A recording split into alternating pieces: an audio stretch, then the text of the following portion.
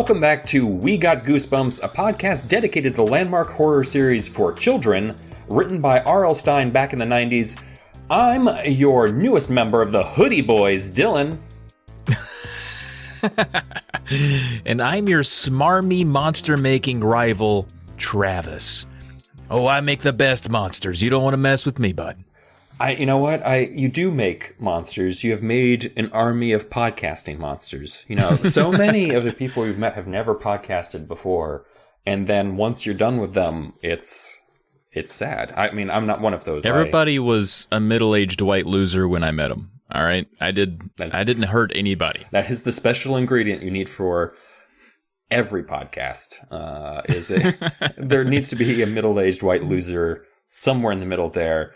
We are, of course, not talking at all about Point and Drink Adventure, which has no middle-aged losers on it at all. I beg to differ. That's okay. We can. It's it's whatever. Hey, speaking of other network losers, I wanted to commend your ad on that was on Drunk Friend. It made me laugh a lot, and I think that's why we got some people here, like maybe Jono, who emailed us about AI Goosebump covers, which is all the rage right now. But thank you. That was a good ad. That was I tried to script it. RL's the one who I like to call him RL now. Or now that he lives. You think anybody calls him just RL? I mean, just his close friends that live with him. Like, Sure. I mean, he lives with us. It's a little weird. I just need him for the one ad spot in the special, and he's been here for a while. But yeah. We worked on it enthusiastically. We just need him for the occasional ad read, and whenever we get an email, we like to let RL read that. Now I just stomp on the floor, and it's much quicker now. It's much quicker. When you stomp on the floor, does that mean he comes into the room? I mean, yeah. That calls him up from the basement when you stomp on the floor? I mean, I wouldn't call it a basement. I mean, it's we used to have a downstairs neighbor, but she met an untimely end. Yeah. All right. Well, what the heck are we doing here today? We're actually doing part two. We're doing a two-parter. We did a two-parter, much like the first Welcome to Dead House was a two-parter. Wait, it was? The TV show. Oh, the TV show. On the TV show. We also had our own two-parter, not for that episode. That would have been a nice... We could have done it that way. We could have done that episode like a two... Instead, we're doing a two-parter about Stinetinglers, which is R.L. Stine's newest collection of short stories for older kids. I noticed most of the kids in these stories seem to be like older than the Goosebumps kids used to be. Like the Goosebumps kids were like 10 or to 12-ish, like in that range. But like one of my kids is like 14. What? I don't want to... Yeah, it's wild. Like when I saw that, I was just like, oh, maybe something terrible is going to happen to this kid. Like, is he aging them up so he feels less bad about murdering them? Or because Fear Street obviously deals with lots of teenagers, and no one cares about teenagers in Fear Street. So it's like literally the books are little graveyards of dead high schools. Like it's just a whole high school worth of children. Ghoul school, as they call it. Yeah. So we're going to be talking about beginning with, this would have been wicked smart of me to... That's weird saying that without the accent. Like, it not did doing sound the accent. Weird. This is a very wicked smart thing I should have done. We will park in the Harvard Yard. I believe we're starting with bugs. Bugs, today. Indeed. Yes, sir. Do you just want to dive right in, get this over with? Everyone's like, please, let's get it over with. Okay, fine. You know what? I have some more tangential points to make, if I may. You know what? Let me cut you off there and get started on bugs here. So, Dylan, I don't know. Do you have a fear of bugs at all? You know what? I'm going to spare you the pedantry about what a bug is specifically. Okay. No, I'm not. It's a type of insect. Okay. When we talk about stink bugs or other bugs, spit bugs, stink bugs. So far, you've only named 2 different bugs. I did 3. There's assassin bug. Stink bug. You said assassin bug. What about a ladybug? Is that a bug? That is not a bug, actually. That's a beetle. So traditionally... Okay. I already hate this, but no, keep going. You know what? We'll just move on. The only animal that I am terrified of like that actually makes me scared to see is a bug. Oh, okay. Like I'm not scared of wolves or snakes or bees. I've been stung by a lot of bees though. I kind of have like and when I say bees, I mean anything that flies and pokes at you. Yeah, I lump them all together. I'm not scared of those things. But if I were to see an assassin bug, that's like my only kill on sight kind of bug. Interesting. Okay. All right. Yeah. And that's not a beetle. That's a bug. And it's right in. Well, I mean, other ones. Yes, it is a bug. Yeah. Great. Well, let me tell you about. I will show you a terrifying picture of it while you start. Please drop it in the chat mid story here. But I got a guy who's gonna beat you out in terms of bug fear. All right. So our story here, bugs. Here are our three main characters, all right? We got Alvy. He's our protag. Never met an Alvy before in an R.L. Stine book. Alvy. He's got a brother named David, and he's got a dad that he calls Dad, right? And Alvy, boy, is he like Dylan. He's afraid of these bugs. Don't get the bugs around Alvy. And he sees one, the story starts, he sees one, and to date it all a little bit, as R.L. Stine likes to do with technology references, he wants his dad to squish it with his iPad. Dad, squish that bug with your iPad. That's an unnecessary one, too. Like, there's references in some of the other stories that make sense because it's like, okay, of course kids will need to know the Facebooks and the TikToks and all that. Why bring in the iPad for a fly swatter? Gotta use it. Yeah, Dad's always on it, and the bug was there, Dad was there. And David, his brother, laughs at him because he thinks Alvy's silly for all this bug fear he has, right? So David's always making fun of him. And this is a good line. I thought this was fun. Dad, he doesn't want to squish anything with the iPad. I mean, for one, he's got a soft heart for bugs. And for two, you don't want to get the bug guts all over your screen, right? So Dad's like, I'll open the front window. Maybe it'll fly out. And then R.L. Stine adds, this is like Alvy's inner thoughts, saying like, Dad works for the fire department. He's always interested in saving lives. Like he won't even kill the bug. He's just always interested in saving lives. It's like a thing with him. So we find that Alvy has a legit problem, to the point that the family will keep fly swatters in every room of the house where he can access them in case he has a bug encounter or a bug emergency, as the family calls it, because he wigs out. Can't handle it. That does sound like an actual phobia that he should be receiving treatment for, not just like an eccentric child behavior. Yeah, and we'll kind of get there, kind of.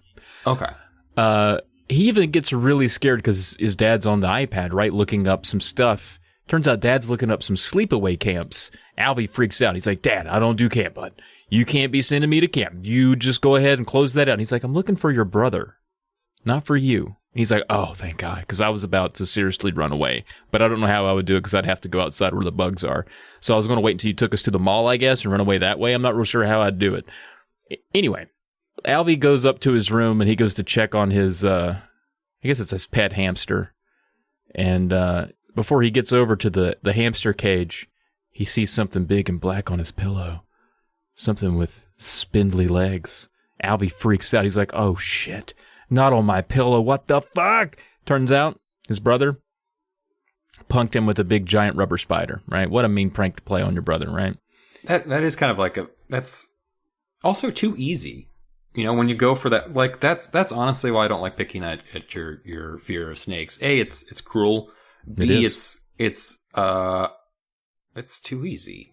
Like you got to go for something a little more creative. Dude, you know what happened? I stayed at an Airbnb a couple weeks ago.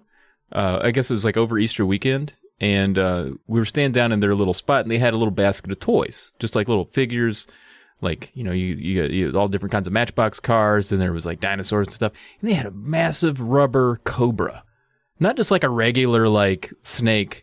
Like a full-on, like well-defined cobra in the basket. So I'm like pulling toys out of the basket with my daughter, and then I literally almost just like shit so hard to knock the TV off the wall. And my daughter was like, "What's wrong, Dad?" And I didn't want to admit to her that her dad's afraid of snakes. So I was like, "Nothing, just this fucking scary rope in this basket," and shoved it back under the bed.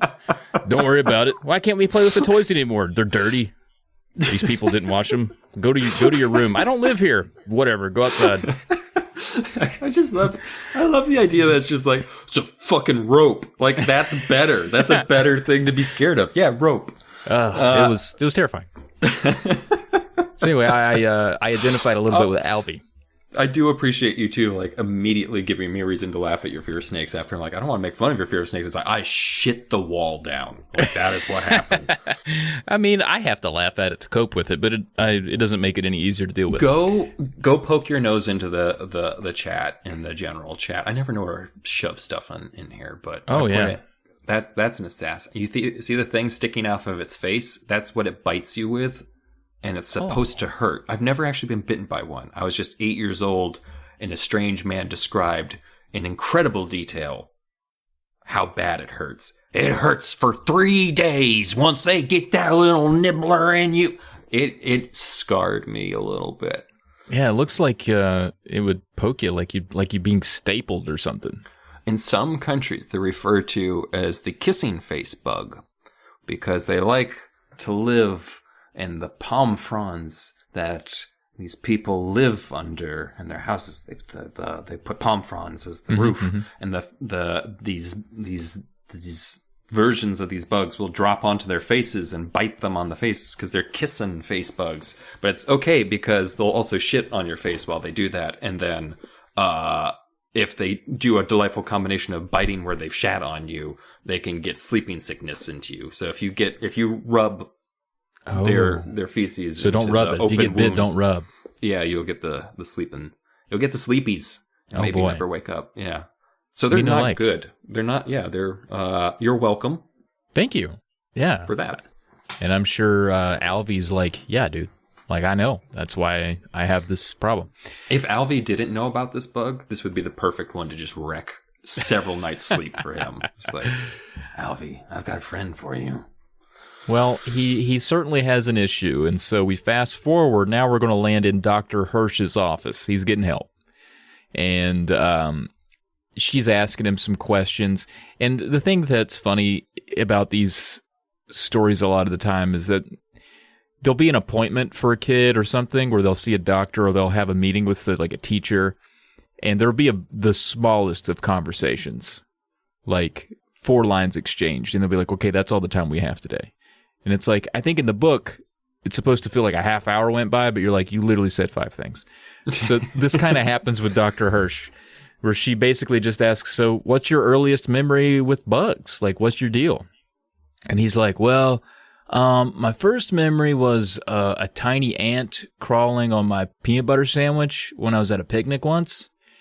And she was like, oh, okay. Doesn't seem that bad. Have you ever been stung by a bee or bitten by a mosquito or anything? He's like, nah. She's like, okay. Well, that's all the time we have today. Like, that's basically it.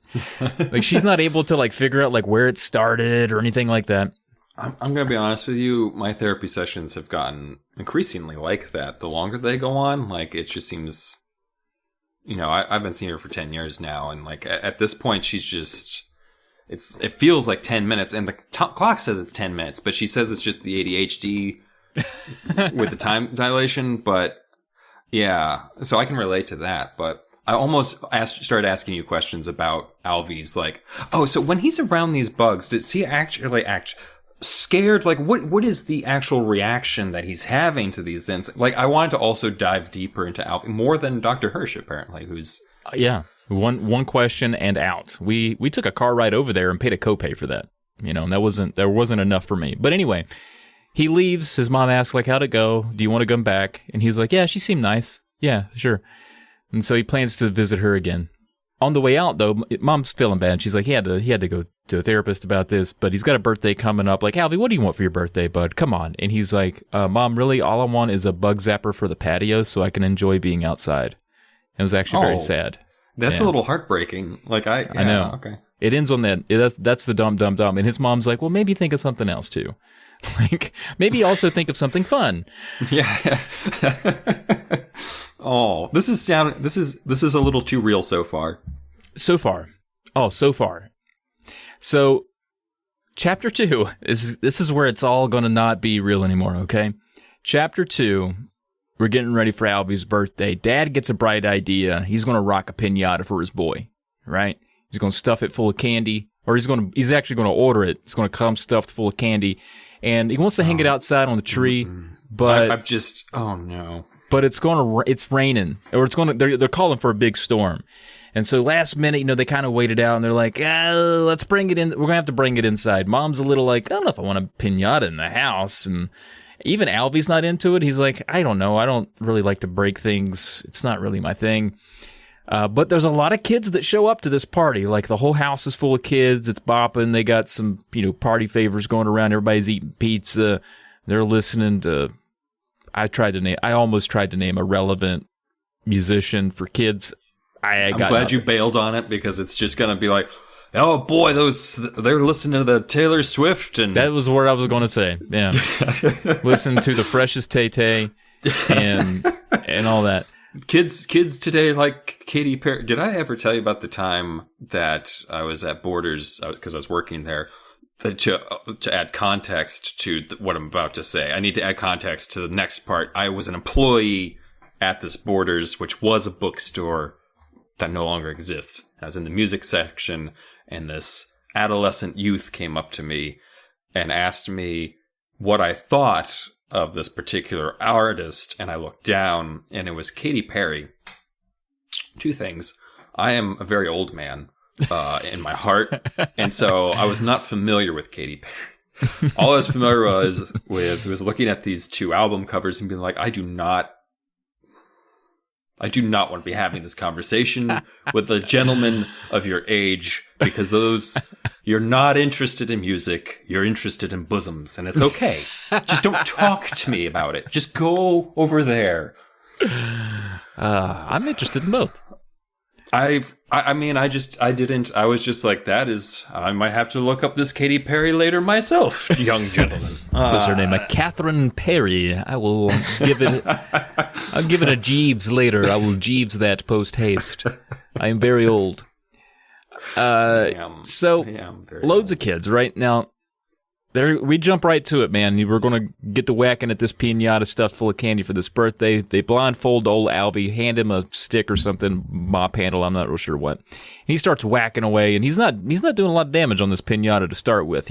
First of all, he just whiffs, just like a big, just hear the sound of wind, whoosh, just missing. Almost knocked Mom's lamp over. She screams.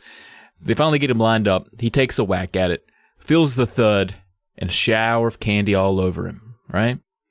But then, you're shaking your head, he starts to hear screams.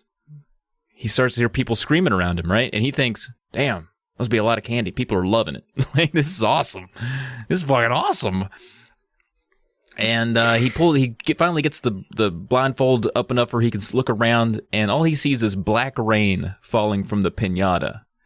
And he finally hears a girl scream, "Bugs!"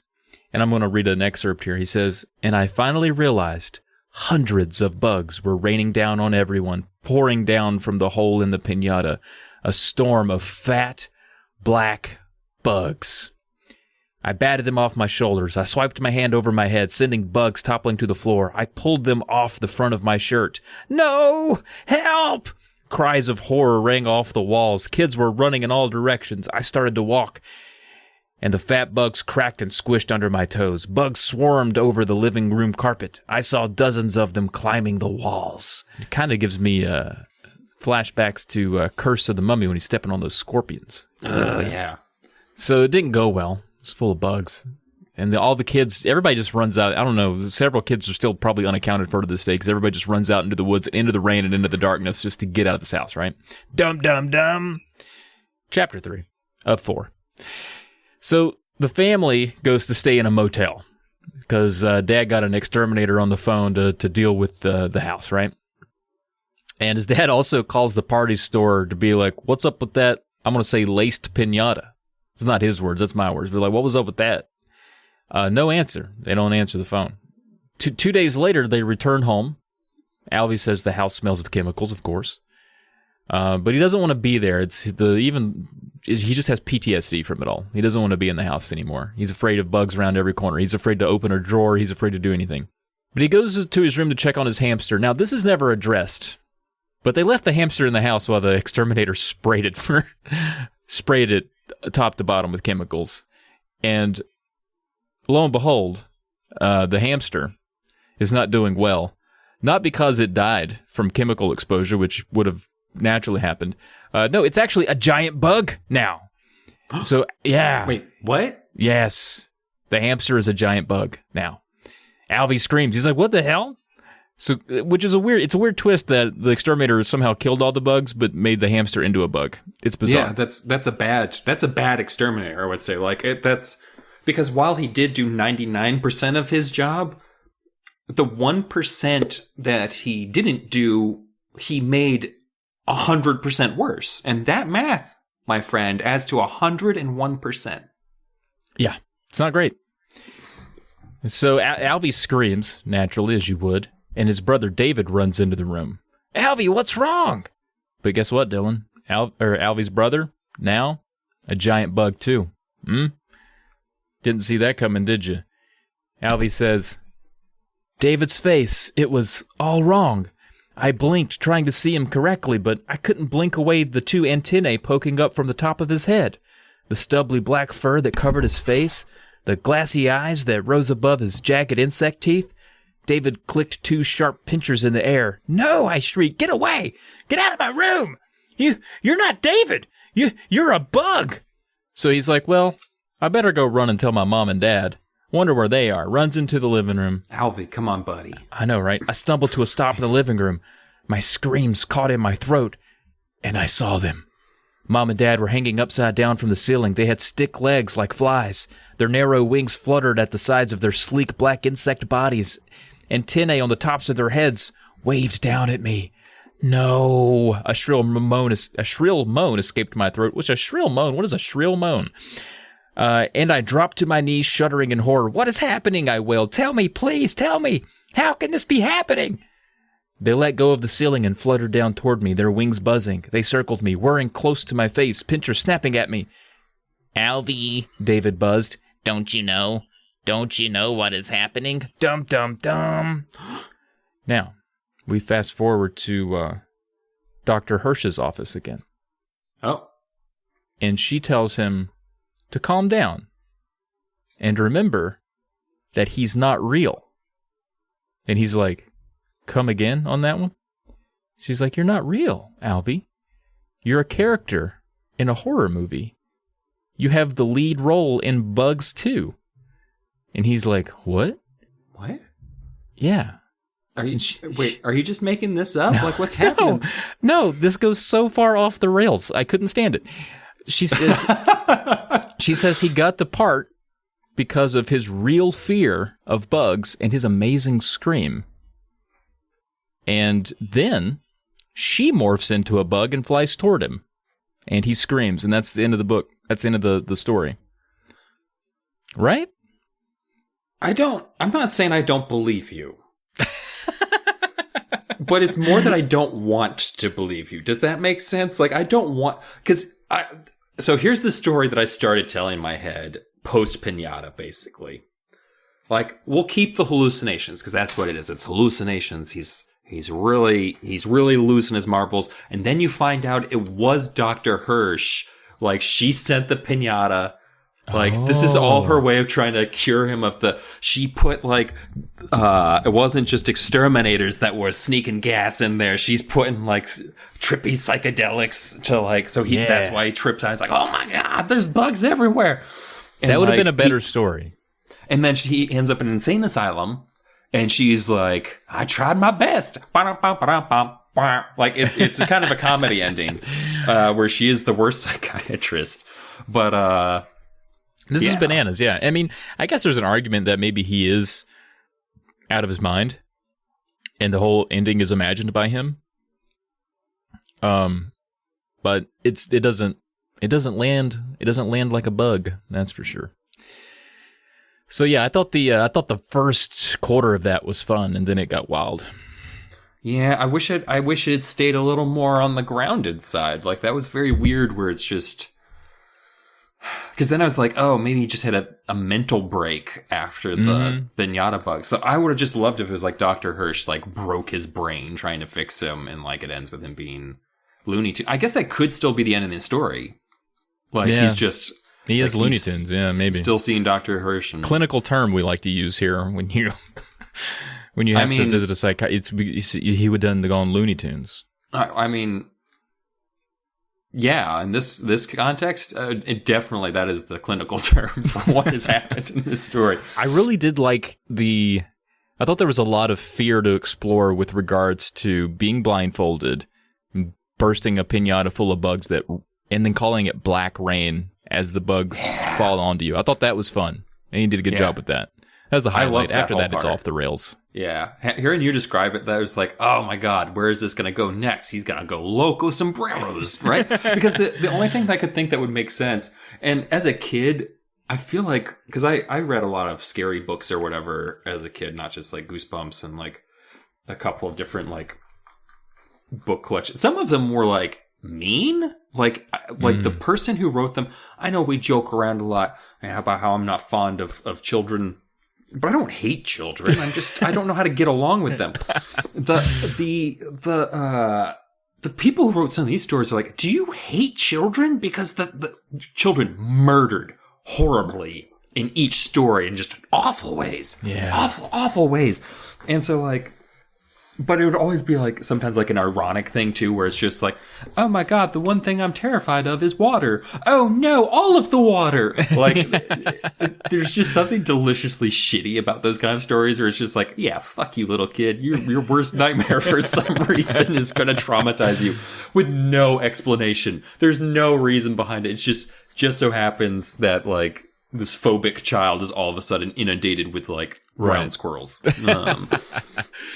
But no, I hated everything after you described. I know, me too. Disappointed. But I guess we have another story coming up. Let's see if yours will save it, because now we've got how to change your life, and maybe it'll change the vibe of this and the tone of this podcast thus far. Yeah. Oh my God! Remember some of these old classics from last episode, though, like just tiptoeing through the tulips. So the next story is called How to Change Your Life, which describes thereupon how to change one's life. Oh. Not actually, I wouldn't actually follow the methodology. Wow, I messed up in the middle of that word and just kind of didn't pull myself out of it. It was kind of like that story we just read. Like it started out okay, and then you went off the rails. Well, you have some more red wine. Sure, it's I know not red wine. I know it's human blood. I know it's human blood. It's cranberry juice. Oh, okay. That is the second largest cash crop in Massachusetts. Cranberries? Mm-hmm. Cool. You know what the number one crop is? I don't. Marijuana. So I'm just going to start this story off by saying that the main character's name is Monroe Lackwitz. I just wanted to comment that you're full of both top crops from your state right now, and I think that's cool. I'm not quite as stoned as I was when we started the podcast 4 hours ago. Because was it 4 hours ago? I'm not full of corn and tobacco right now, so I'm not representing my state well. Oh, you're not? No. No, but you over there just flying your flag. Anyway, Monroe. This is another sad tale of a child who sounds like he might either be just filled with Munchausen's. Like he needs attention, and the only way he knows how to get it is by making his life sound more horrible than it is. Or he is in a situation where like CPS needs to get involved, because it's just like he talks about the whole story is I hate my life.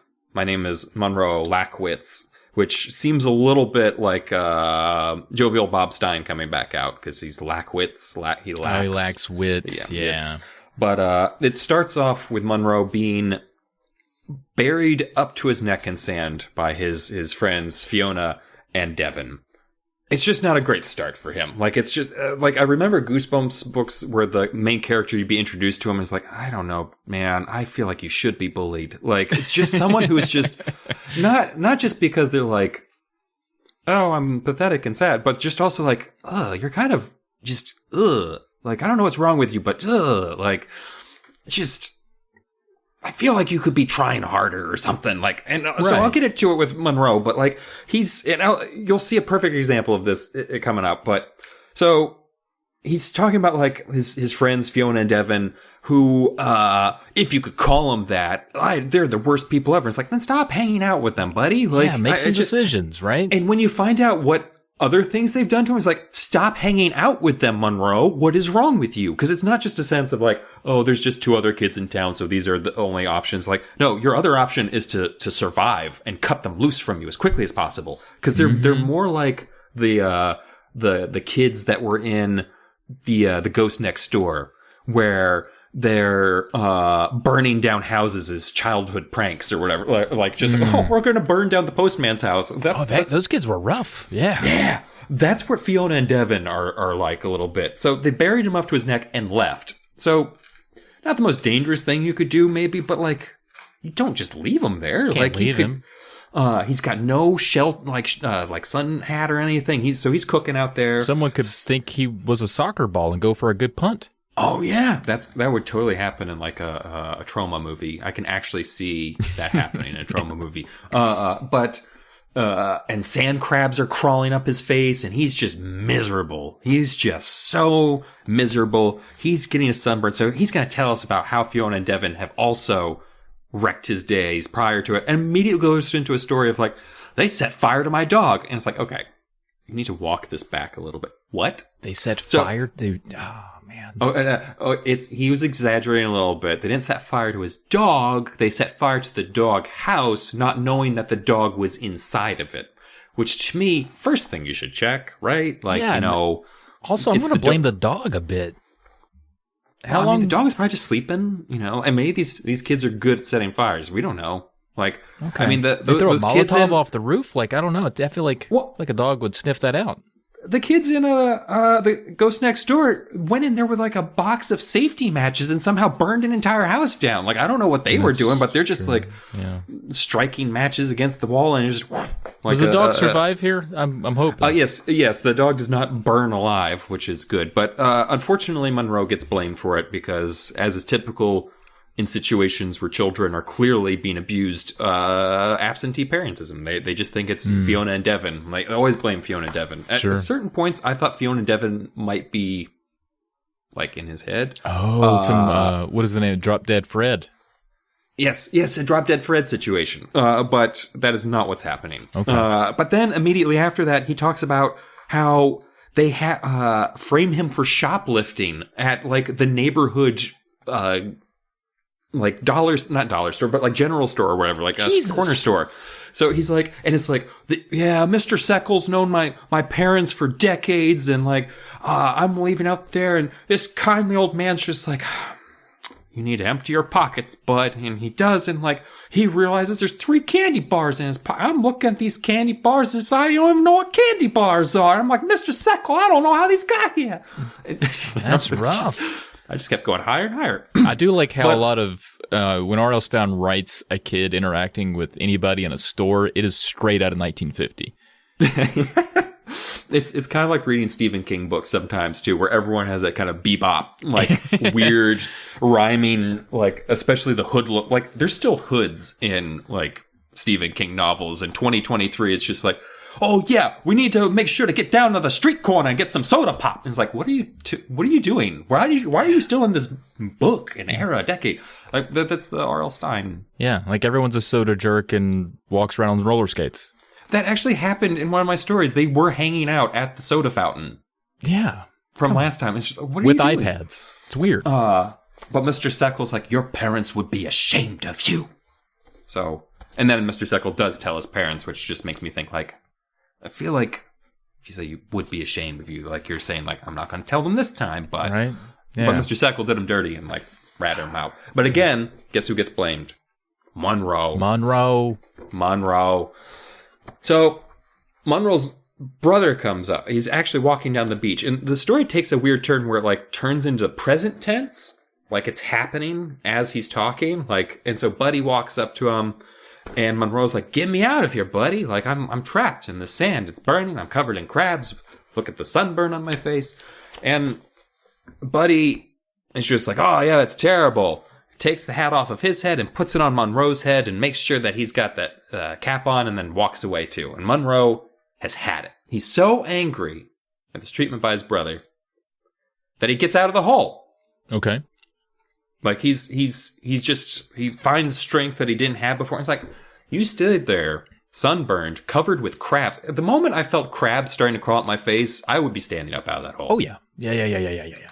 But the fact that he's just saying, oh, well, once I got proper angry, I was able to get out of that situation. Like, it was in you the whole time, Monroe. And yeah, Monroe, come on. Maybe it's not lack wits. It should be like lacks initiative. You know, Monroe lacks initiative. Yeah, I'm not sure where that last name hails from, but yeah, a place where they don't have a lot of initiative, or maybe they do have a lot of initiative, so they have a specific name that says you don't have it. Never mind, it doesn't matter. It doesn't. So we're finding out that he doesn't have the best life. His brother can't be relied upon. He's a garbage monster. His friends are garbage monsters. And we find out his parents, while not the worst people in the world, they blame him for his friends setting fire to the dog. Seems a bit much to me. Like, it's clear like he needs a better life. And you know what? He agrees with me. In fact, that's what this whole story's about. I don't know if we remember that. It's actually called How to Change Your Life. Right. So right. He goes down to the library. He's even gets like shit on by the librarian, who just let's see.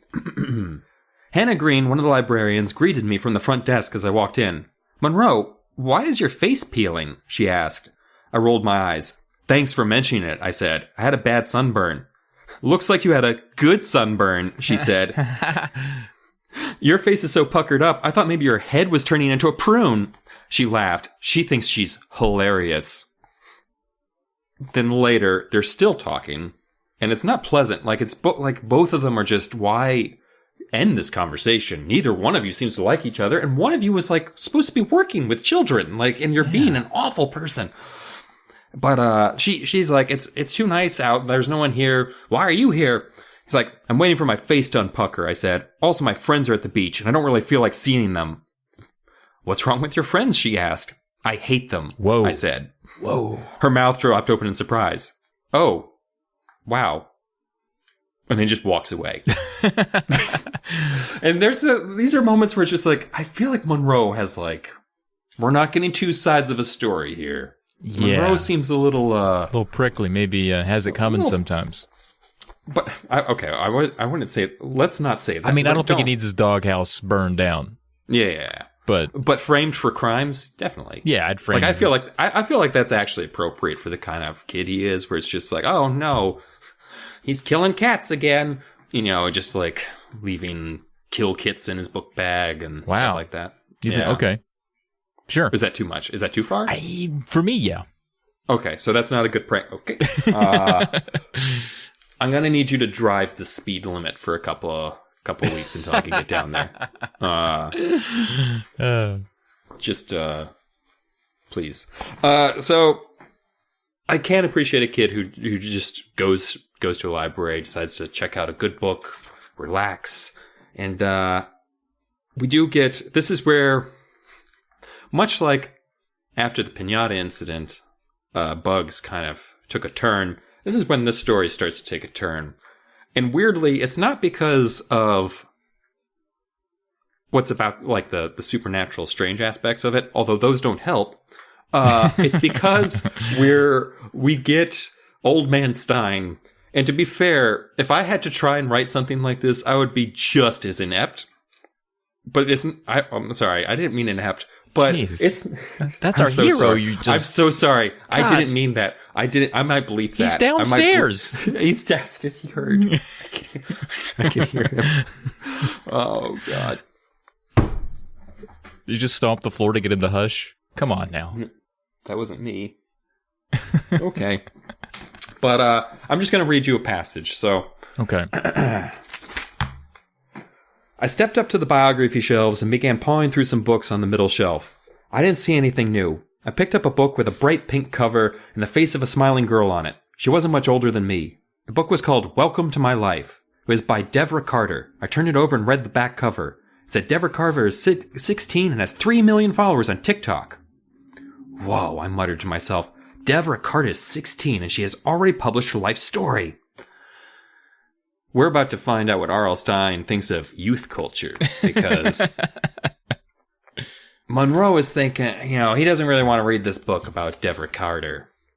What he does want to read is this other book he finds. It just has a white cover with black words across the front, which lets you know that he's either in They Live, and he's got the glasses on, and he can now see the true labels for what they are, or he's in Repo Man with that guy who's in the Ducks movie.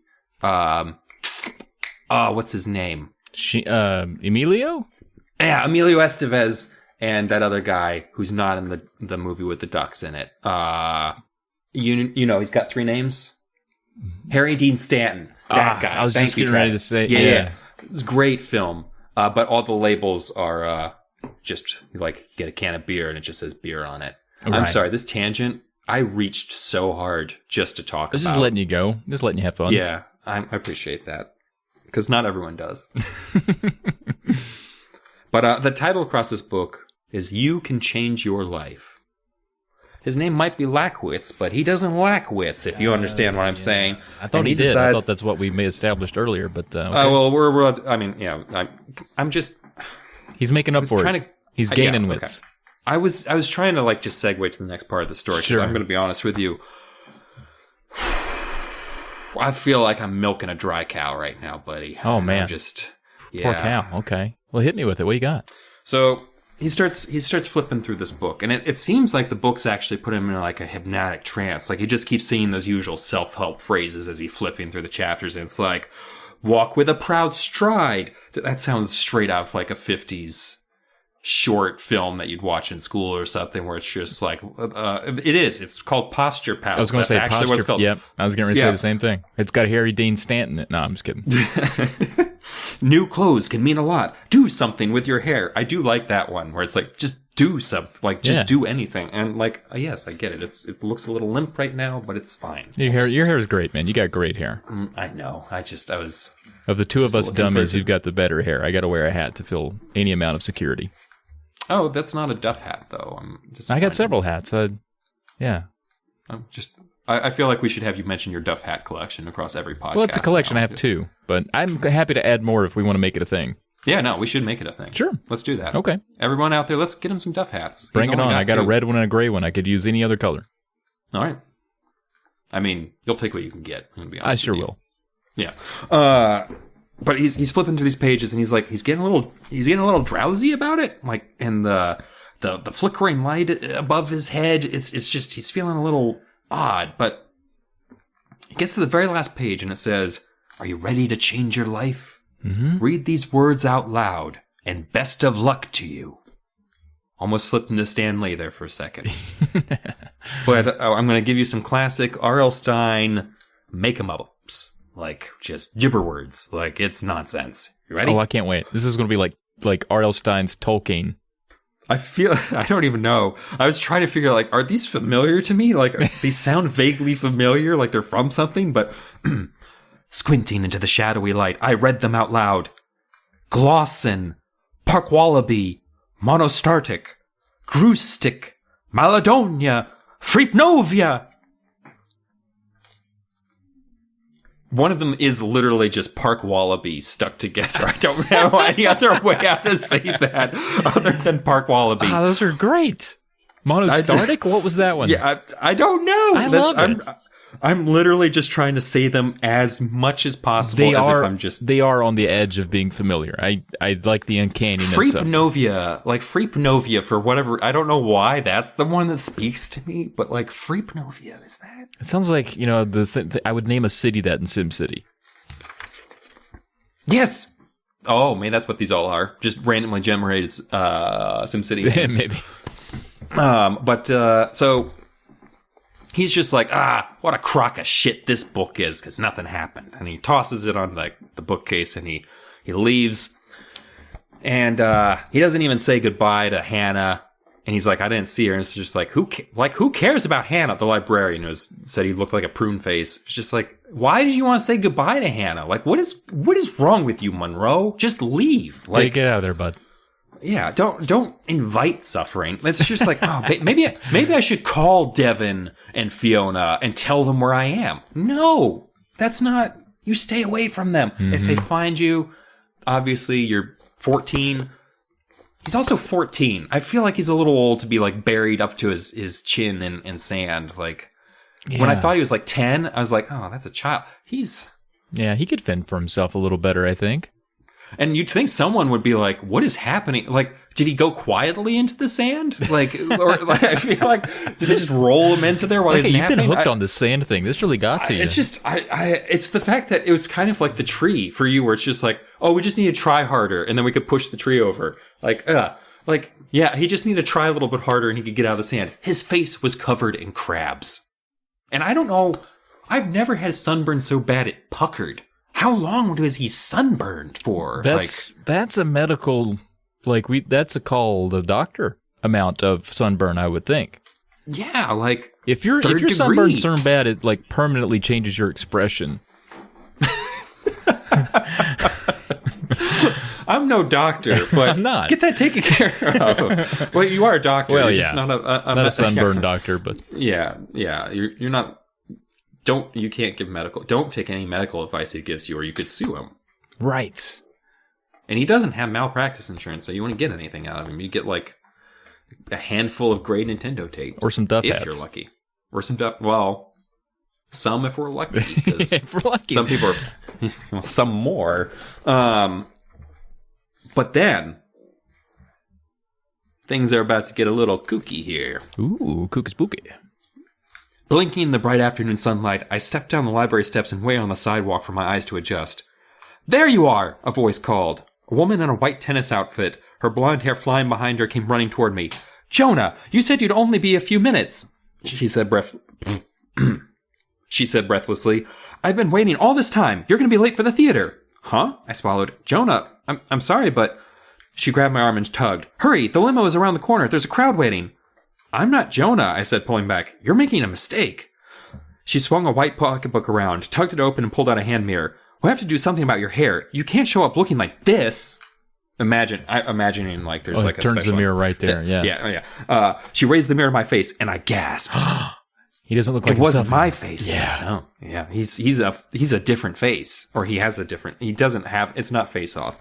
I mean, it is kind of like sure. Whatever. I stared at coppery hair, shaved close on one side of my head, green eyes, a silvery ring in my ear, a dimple in one cheek.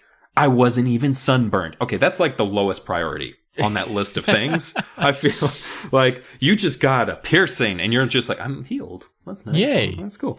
That's not me, I cried. That's not my face.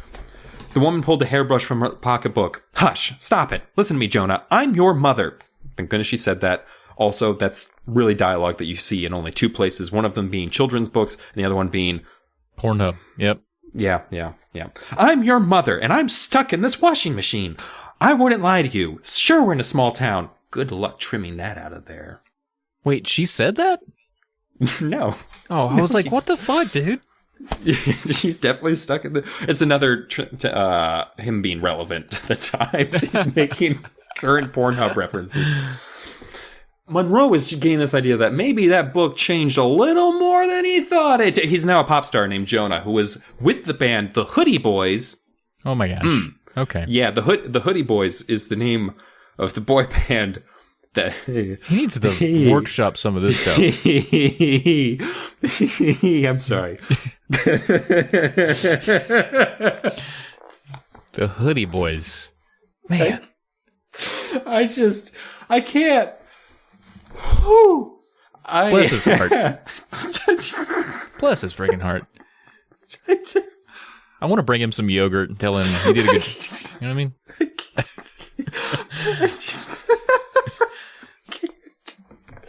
I'm sorry. Whew. Okay. So Hoodie Boys. Just every time I hear it, it's so bad. It's so bad on like 5 different levels. It is shockingly tone deaf in some ways. Like, it's so bad. I'm crying. I'm actually crying right now.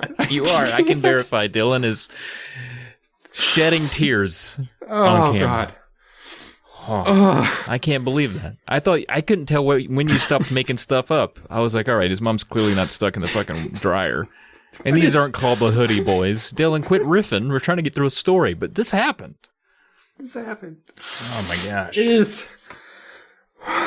Okay, I think I'm okay. Oh, man. That's good stuff. The Hoodie Boys. Shut up, you son of a bitch. I can't think about it anymore. I can't think about the Hoodie Boys. Jesus Christ. You know, they're not circumcised, and that's what brings them together. Oh, God. No, it's worse on 4 levels. 4 more levels. Ooh. Oh, my God. But it's about to get better and worse at the same time. Because it's turning again into like, what a pop star do after he's done making music? All right, he makes wacky teen beach comedies. So it's like obviously Jonah of the Hoodie Boys would follow the route of young Elvis Presley, and he's going to make a beach comedy called Beach Ball. That's the name of the comedy of 2022, starring Jonah Quicken, by the way. Jonah Quicken, which sounds like accounting software. It does. Maybe he hails from the Quicken family. And it's spelled like that. It's spelled like Quicken from Quicken. Do you think he wrote this story in April when he was doing his taxes? I'm going to be honest with you. I have been known to just look around my premises to come up with anything. If I need the name of something, that's why Bone Peddler is what I use for like all my gaming stuff. That's actually the title for a book about paleontologists from the 19th century. I just thought you wrote it hard as a rock, but no, it's bone. They're called Bone Peddlers because fossils. Anyway, I'm cool. Is the short story, and I'm over my laughing fit, so we can move on now.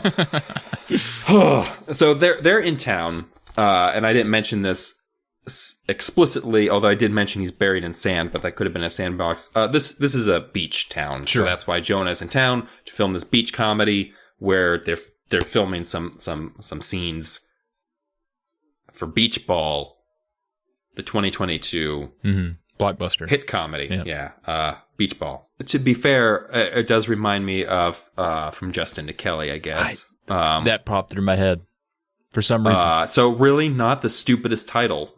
Like literally that From Justin to Kelly was just that's just telling you what's in the movie. Yeah, that's just like, did you want to know which of these movies that are currently out have the American Idol pop stars in?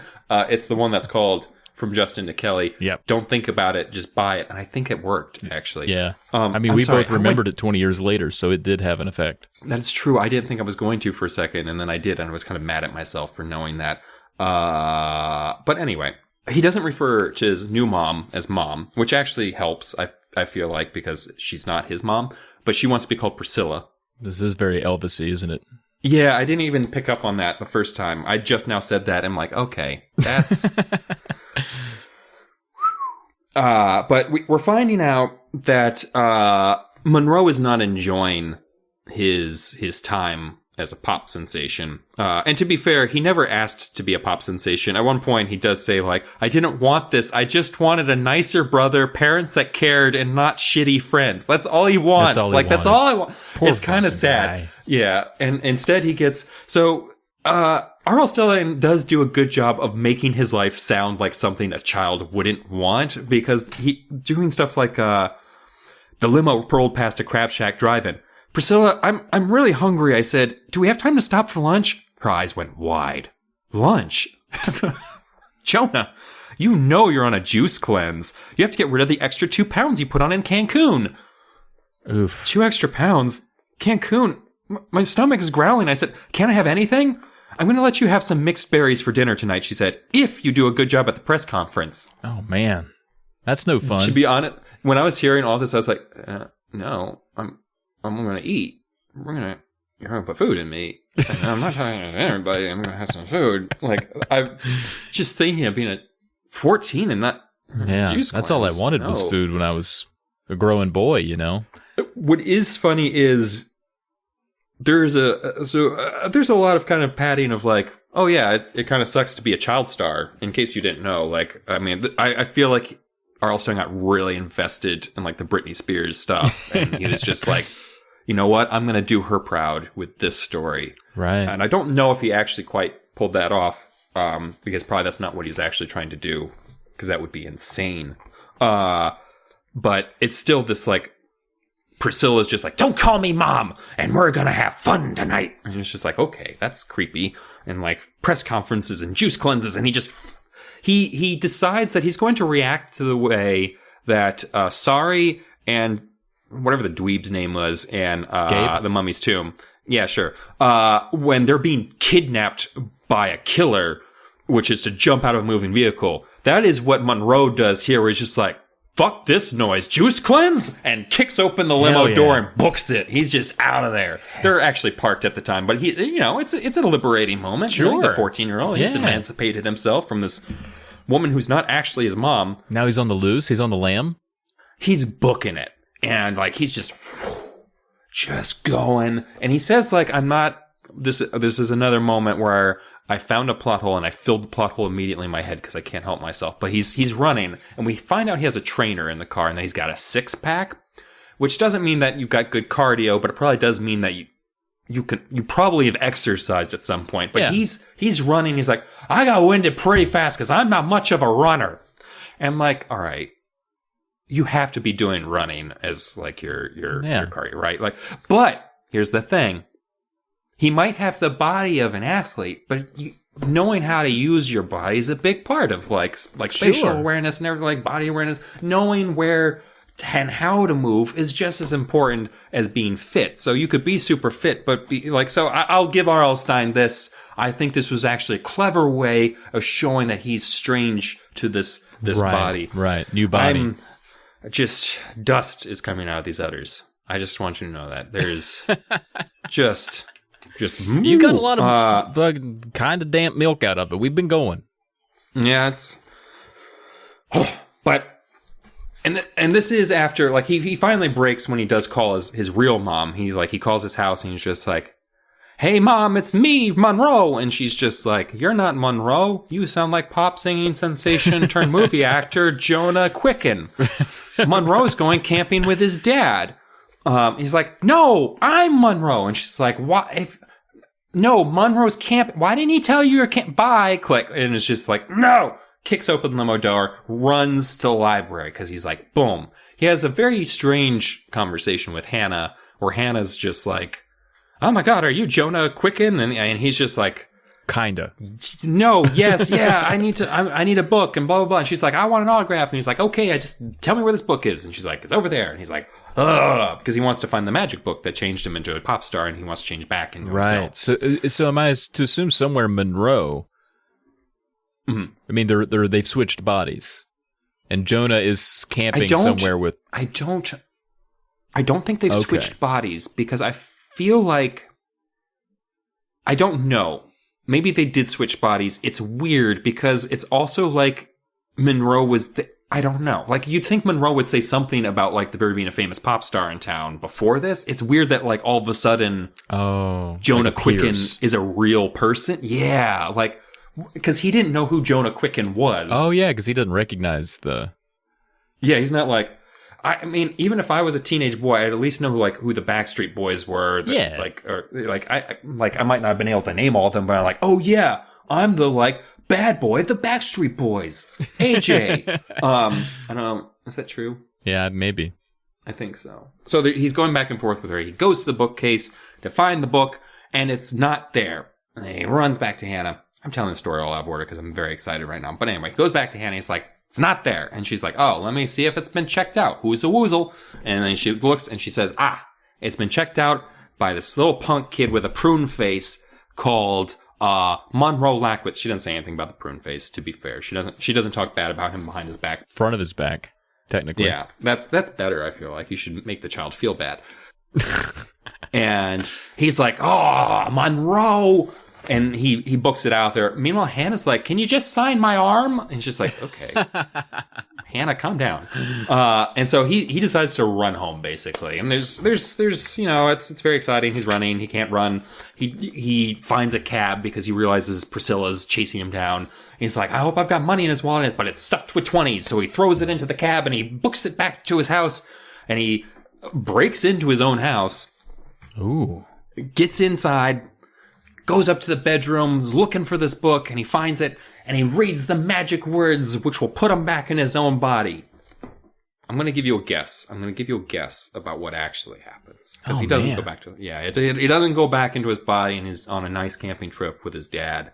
And he finds out that Buddy is actually a fugitive they've been harboring for the last 20 years. But it's okay because he's testified, and now they can let him go. And they're going to wave goodbye to him, and Buddy's going away forever. That's not what happens. Oh, I was like, that seems awesome. A completely different story, but yeah. I don't know. My guess would have been he'd bring it home. He'd just turn back into Monroe and have a new outlook on life. No. He turns into the dog. Oh. Wait. And then... Okay. Wait for it. Because this dog is like, oh, shit. No fucking way. Dogs only live 10 years. Yeah. Frankie's like 9. You get the fucking book. So he's digging for the book. And this is why I'm like, was Jonah ever a real person? Because there's no Jonah in the bedroom or whatever now. It's just he's gone. Yeah, Jonah's he's just hopping around, yeah. And so... he finds the book. He opens it to the last page with his little doggy paws. And then he realizes, oh my goodness. Oh my goodness, gracious goodness. I'm such a dummy. Dogs can't read. So he's a dog forever. Yep. Aw, that's cute. Yeah, it ends with the mom coming in. It's like, stop chewing on a book, buddy. Aw. That sucks. So he couldn't remember 4 words? Because I can almost remember them. Yeah, one of them has a wallaby in it. Park Wallaby. Yeah, got that one. Freak Novia. Yeah, easy. I feel like and those also aren't like words, so you don't need to read them technically. Also, why can't he remember how to read? Yeah. He remembers everything else. Horseshit story.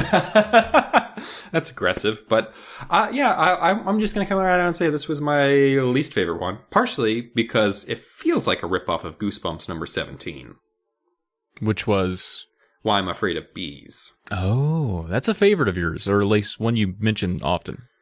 Yeah, I don't know if it is a favorite. It's just one that I kept picking up because it was one of the first ones you sent me, so I kept picking it up and like reading the first chapter over and over again when I was lightly stoned, because I was like, oh, you know what'd be a good book to read while I'm stoned is just a random Goosebumps book, but I never got past the first chapter. It turns out reading's hard, all right? It doesn't matter if it's Goosebumps or... I just like that you're like, dumb. Okay, I've had enough. Yep. Oh, that cliffhanger really... hung my cliff. Killing the buzz. Oh, yeah. But yeah, that was not a favorite, unfortunately.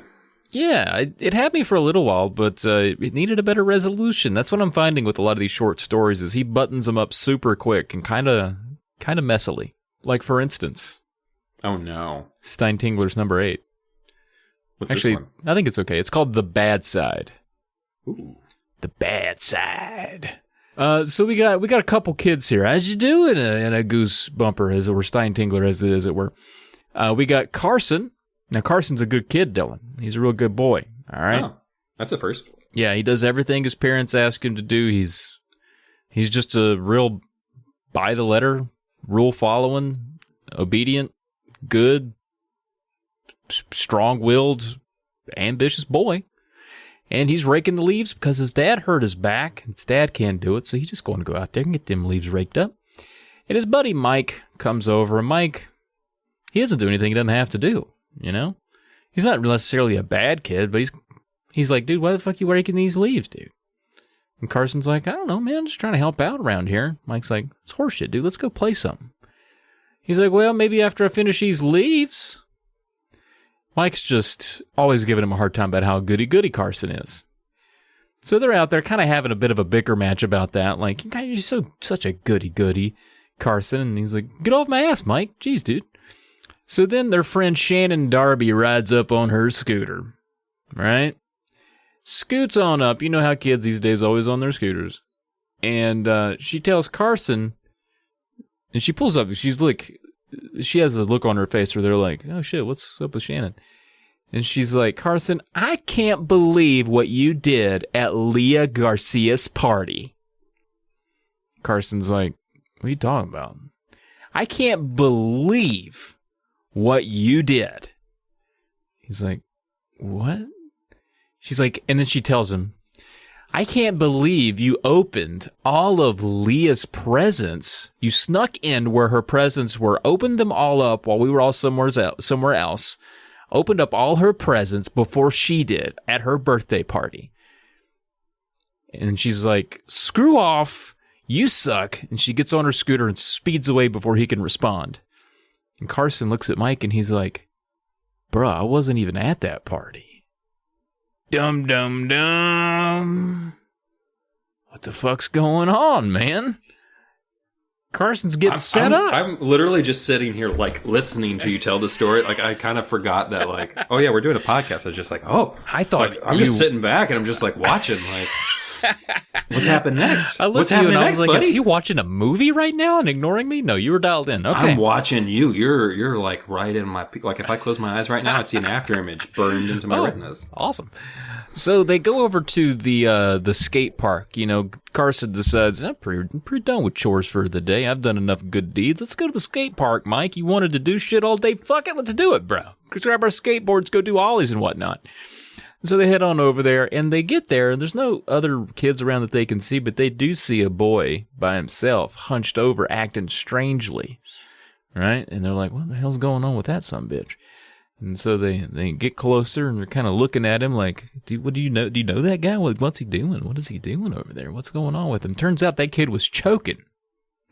And Carson runs up, realizes he's choking, puts him in the Heimlich maneuver, does the procedure. Some gum shoots out of the kid, saves his life. Carson just saved this kid's life. Mike's like, God damn, Carson, is there anything you can't do, bud? You're just so good. Carson's like, shit, dude, just opportunity, man. I ain't trying to be a hero. It just happened, right? I'm just worked out, man. The kid was choking. I was here. It's just is Carson getting ready for his post game press conferences too? Because he just wasn't trying to be here. I was just trying to be where the ball was. Be there for my team. We had some good practices. I tell you, everything was going according to plan. We just working hard. Let's do it for my boys. Let's do it for my team. So they're hanging out, and Mike. Not even, he's a good friend. He's not jealous about how awesome Carson is. He's just like, shit, dude, what a good friend to have around. If I choked, good thing I'm hanging out with you. But then these two fucking assholes show up. Their names are Rory and Scott. And they see him coming and like they elbowing each other like, shit, here comes trouble. And Rory walks up. Rory says, Carson, I already told you this morning to not come back here. After what you did this morning, I can't believe you would have the gall to come back here. And the other one's like, yeah, man, especially after you stole that little kid's skateboard. And Carson is like, what? And Mike's even like, dude, you come over here and fucking steal a kid's skateboard? Doesn't sound like you at all. Carson's like, I wasn't even here, dude. And Mike's like, yeah, that's right. You were raking leaves all morning. I was with you. And Rory and Scott are like, whatever. And they threaten to get violent if Carson and Mike don't leave. So they're like, all right, fine, we'll get the fuck out of here, dude.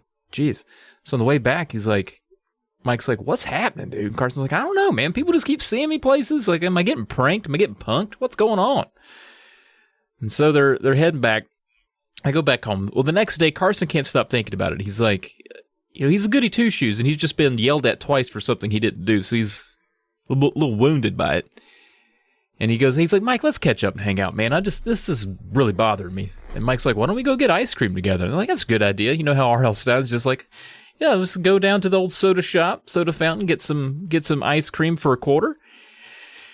So they head down there. They're listening to Buddy Holly and all that. And they get to the ice cream shop, which apparently they visit a lot. It's hot spot for the kids, probably right near the skate shop. I'm imagining just a tranquil utopia of suburban life. And the owner tells Carson, before like he can order anything, as soon as they step through the door, the owner says, "Hey, I already told you never to come here again." And he's like, "What?" Mike's like, "What is going on now? I really wanted ice cream."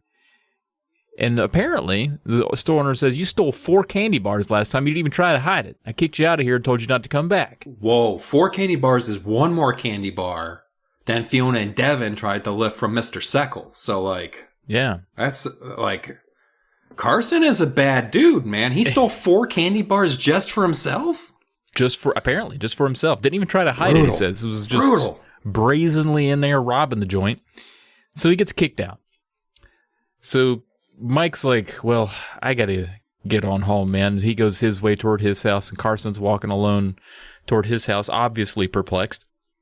And he gets back to his house, walks upstairs. "Hi, Mom." Goes up to his room. Gets to his room and sees like it's a total wreck.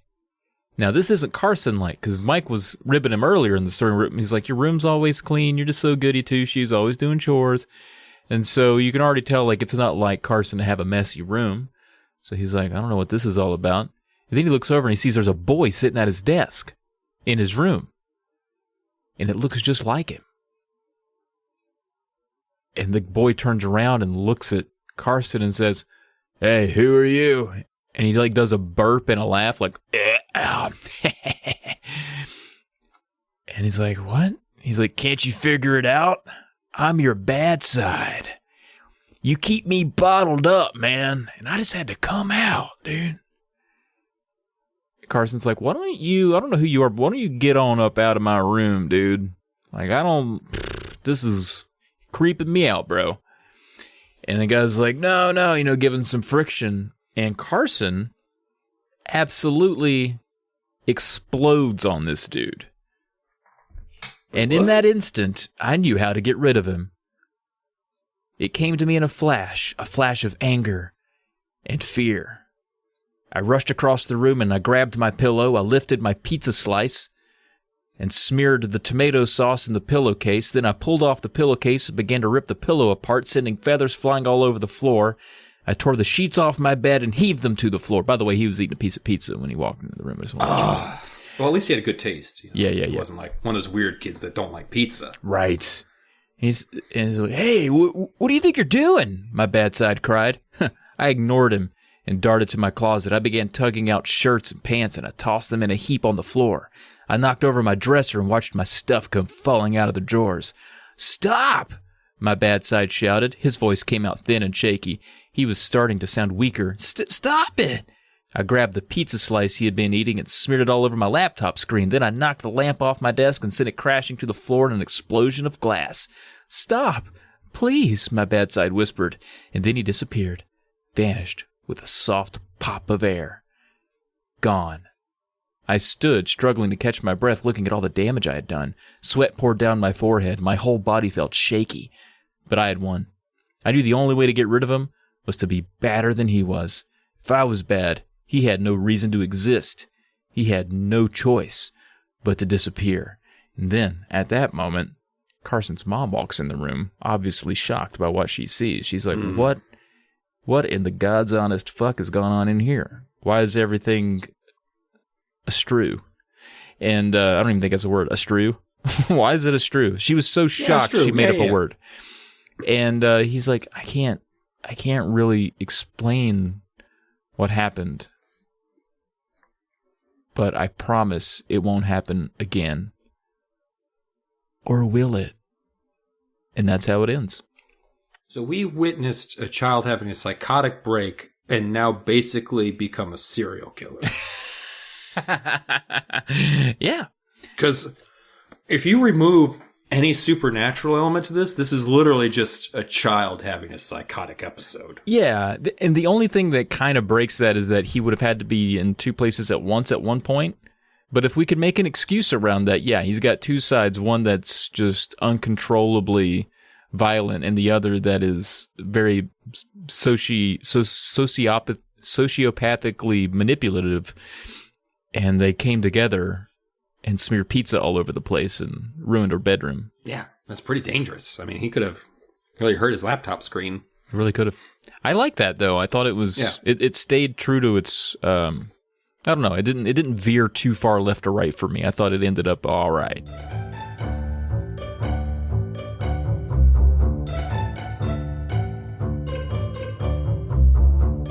Hello, you lovely listener. We're trying something new. This podcast now has a subreddit at reddit.com/r/polymedia. If you're anything like us, when you listen to an episode of your favorite podcast, you often wish you could talk with other listeners and the hosts about the episode. That's what r/polymedia is for. So if you're listening, when you have something to say, head over to r/polymedia and start or join a conversation. YouTube has a comment section, blogs have comment section, and now this podcast has a comment section at reddit.com/r/polymedia. Come talk with us and fellow listeners.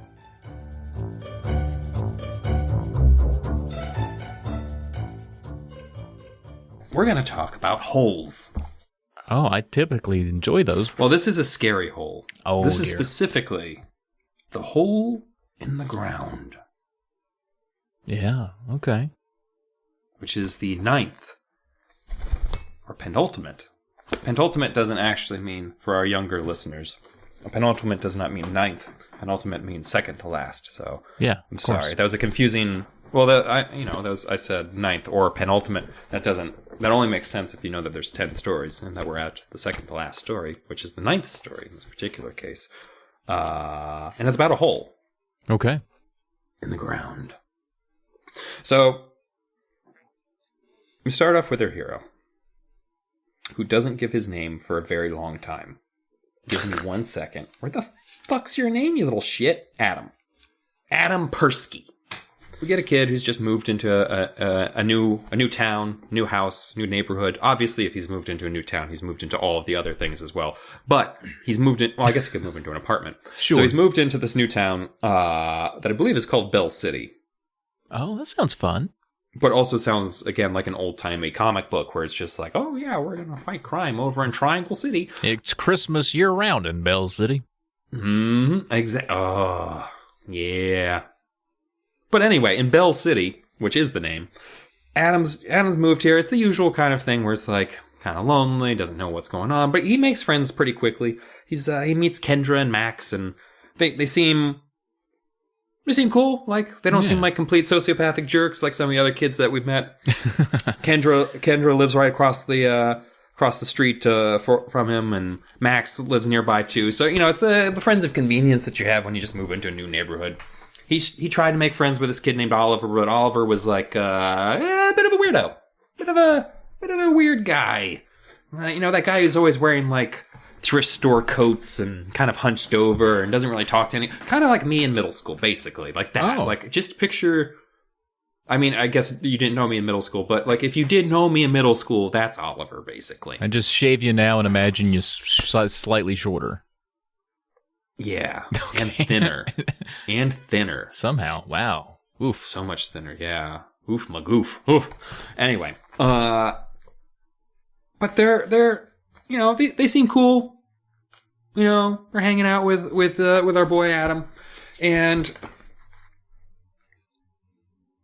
he's talking about how like things are kind of spooky in the new house. You got the creaking, you got the crackling, you've got the oak brands and the things, but they're his mom is kind of creepy and weird. Like, she's talking to his new friends, being like, "Oh, have you seen that teddy bear that you used to have and suck your thumb all the time with?" And he's like, "Mom, stop! You're just trying to embarrass me. Stop it!" And she's just like, "One day I found you sitting totally naked on the couch, hugging your teddy bear." It's like, "Mom, wow, stop!" And that was just last week. Oh, jeez. He's like, "I told you, Mom has a cold sense of humor." And it's like, ugh. I don't know if I want to hear a parent have a cold sense of humor. I don't think that's a thing.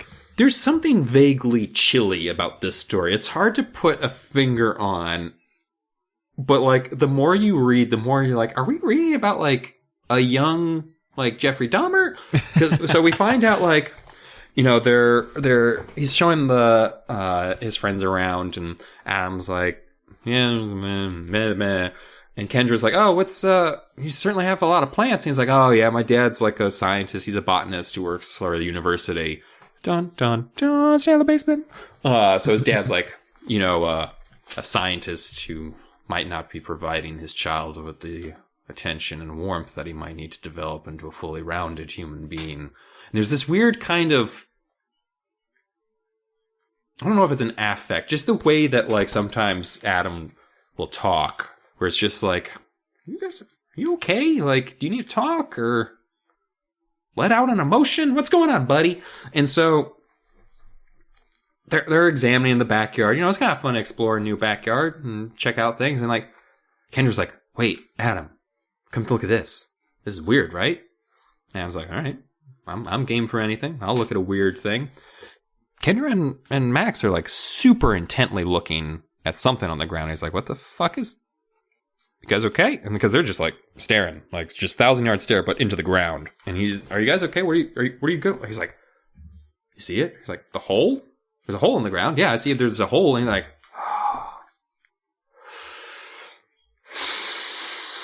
it's pretty, I don't know. What do you think, Max? Looks like that other hole we found, huh?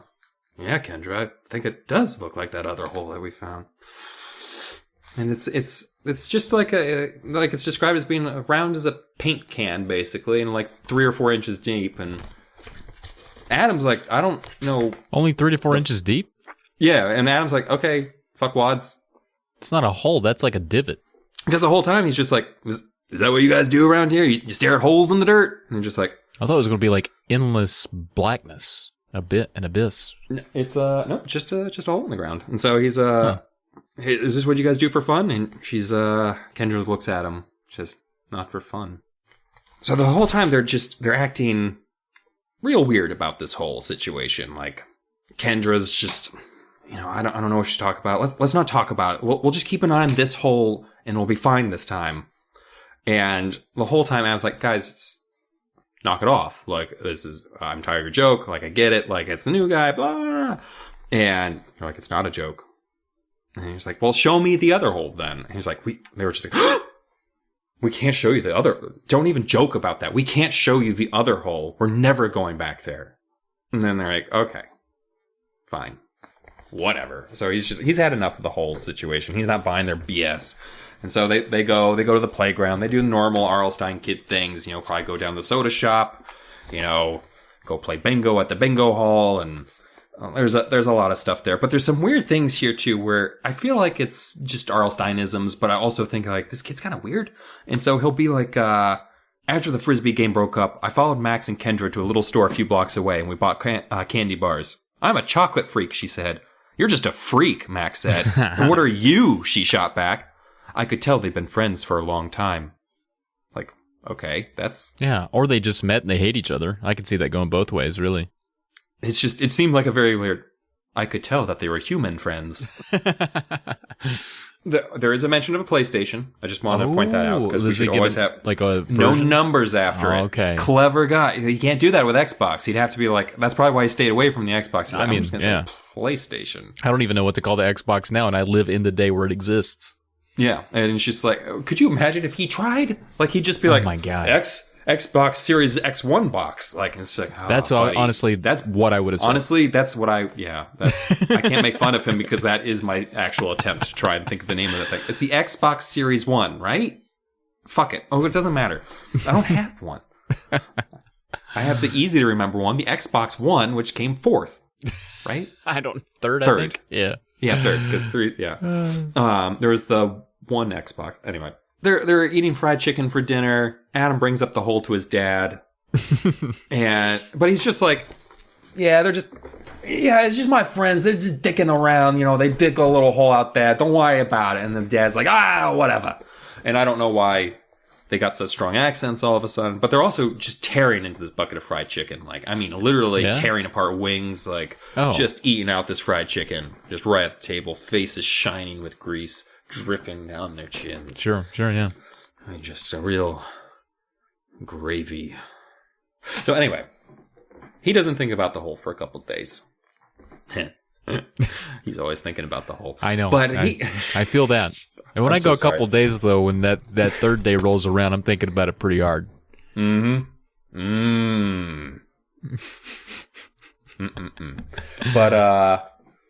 Kendra and Amaxa come up to her and it's like,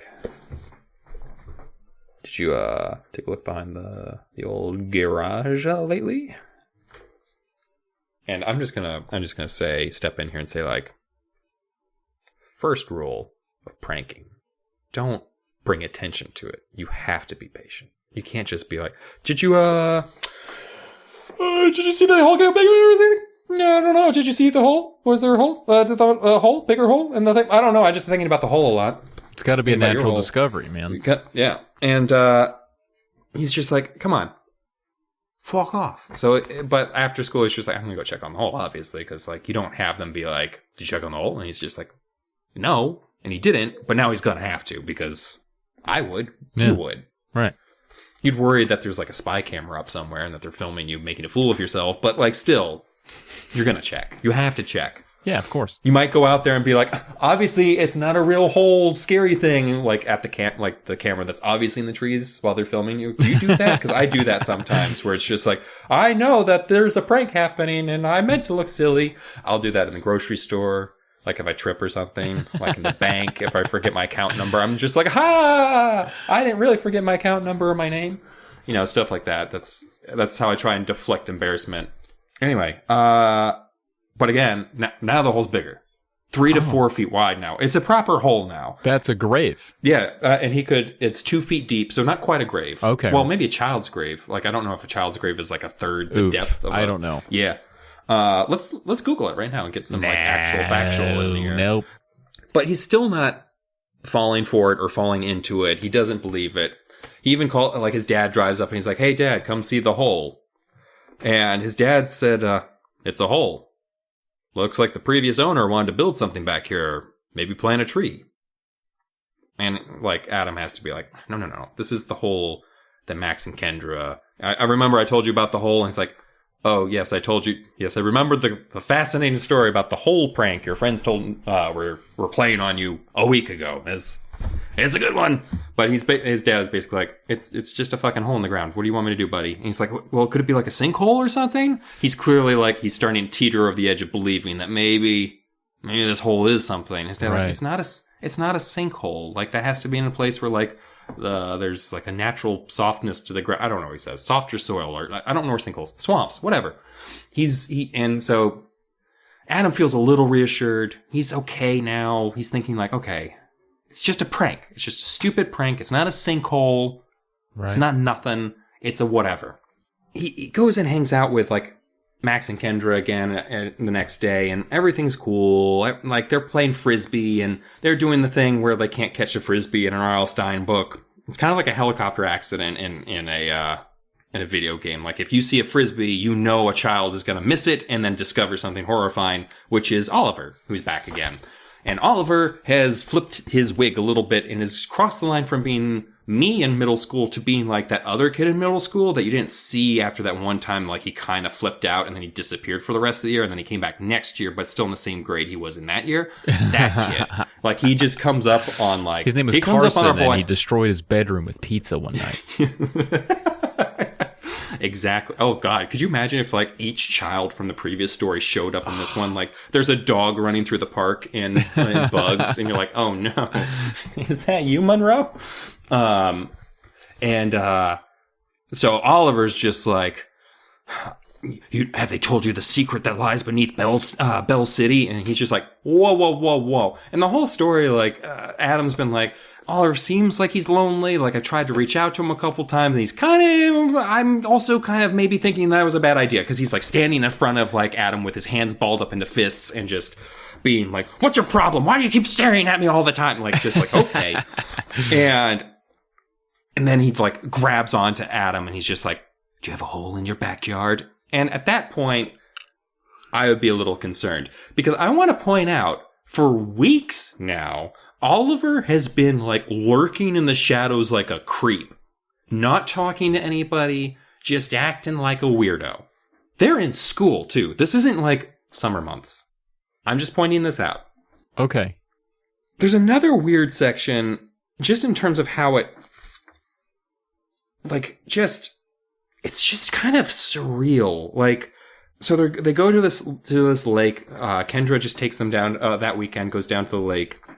It's Looking Glass Lake. Look at the water. It's clear as looking glass. Isn't that awesome? Blah, blah, blah, blah. And it's like, you want to go swimming? And he's just like, oh, I can't go swimming where there's a lifeguard. And Max pointed, there's a lifeguard, see? I turned and saw a young woman in a red swimsuit sitting on a high lifeguard chair. She had a whistle hanging from her neck and her eyes were on the kittens in the water. Okay, let's go, I said. Like, why not just say there's like, it's just such a weird...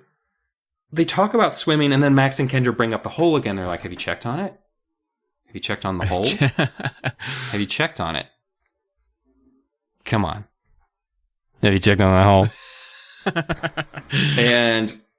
That might become an inside joke between us. Have you checked on that hole, man? Yeah, have you checked on it? Have you peeped that hole, dog? I find different ways to say it. Have you spat on that abscess, bruh?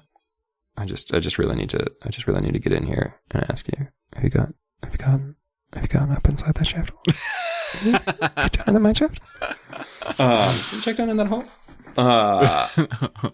And they're starting to take him off with this joke. So he goes under the water. This is another moment of just like, are you not sure you're a normal child? Because it's so he goes under the water and he does that thing where he like has his eyes open. He's like hiding from his friends because they're so mean to him all the time with their whole jokes. The water was so clear. I opened my eyes. I could see Max and Kendra from below the surface. I love to swim. Having a lake this close to home made me very excited. I didn't want to get out. I wanted to stay here forever. But I knew my parents expected me home. What? That's it's weird, right? It's just a weird, like, I want to stay in the lake forever, but my parents expect me home. Like, that's a weird. That's weird. Some of it is like kind of back, hindsight, looking back on what happens. And man, when we get to the end of the story, you're going to be like, what the fuck? But we're not there yet.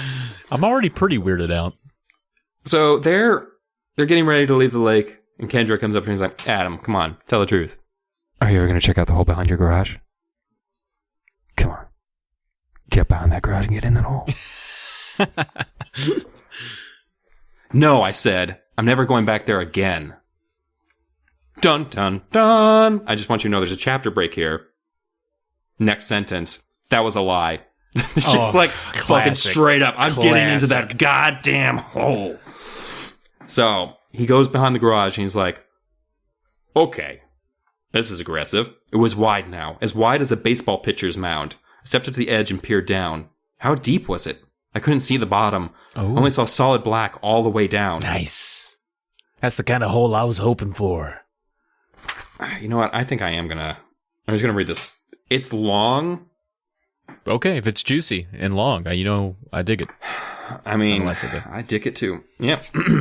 Oh, you said I dig it? Oh, I did say dig it. Yeah, I kept it PG-13. It's a Goosebumps podcast. Yeah. It's a hole. Yeah, of course. Because you dig it. You dig. Yeah. I thought you thought I would say dick it. I said dick it immediately after you said dig it. Dig it because it's a hole. Yeah. Yeah, but no, dick it because it's a hole. All right. That sounded aggressive. It did. It sounded like you were telling me to do it or else. Let's move on. I had to show this to Mom or Dad. I had to turn back to the house, but something stopped me. Something held me there. Something made me turn back to the hole. My breath caught in my throat as I peered straight down. How deep was it? I stood on the edge. My legs suddenly trembled. I knew I was going to jump. Such a strong feeling. Such a powerful force urging me forward. Urging me to jump into the hole. I clamped my teeth together and struggled to pull back. I tried to resist, but the urge was too powerful. With a gasp, I bent my knees and jumped into the hole. I opened my mouth to scream as I plunged down, but no sound came out of my mouth. Down, down. How far was I falling? I landed hard, but stayed on my feet. Pain shot up from my ankles and roared up my entire body. I started to pant like a dog. I raised my eyes to the top of the hole. All I could see was a tiny circle of purple night sky high above me. I can't tell you what happened next. I know what happened, but it wouldn't be right to share it with you. It was too horrifying. I can tell you that I stood there trembling on the dirt floor. I wrapped my arms around my chest and hugged myself.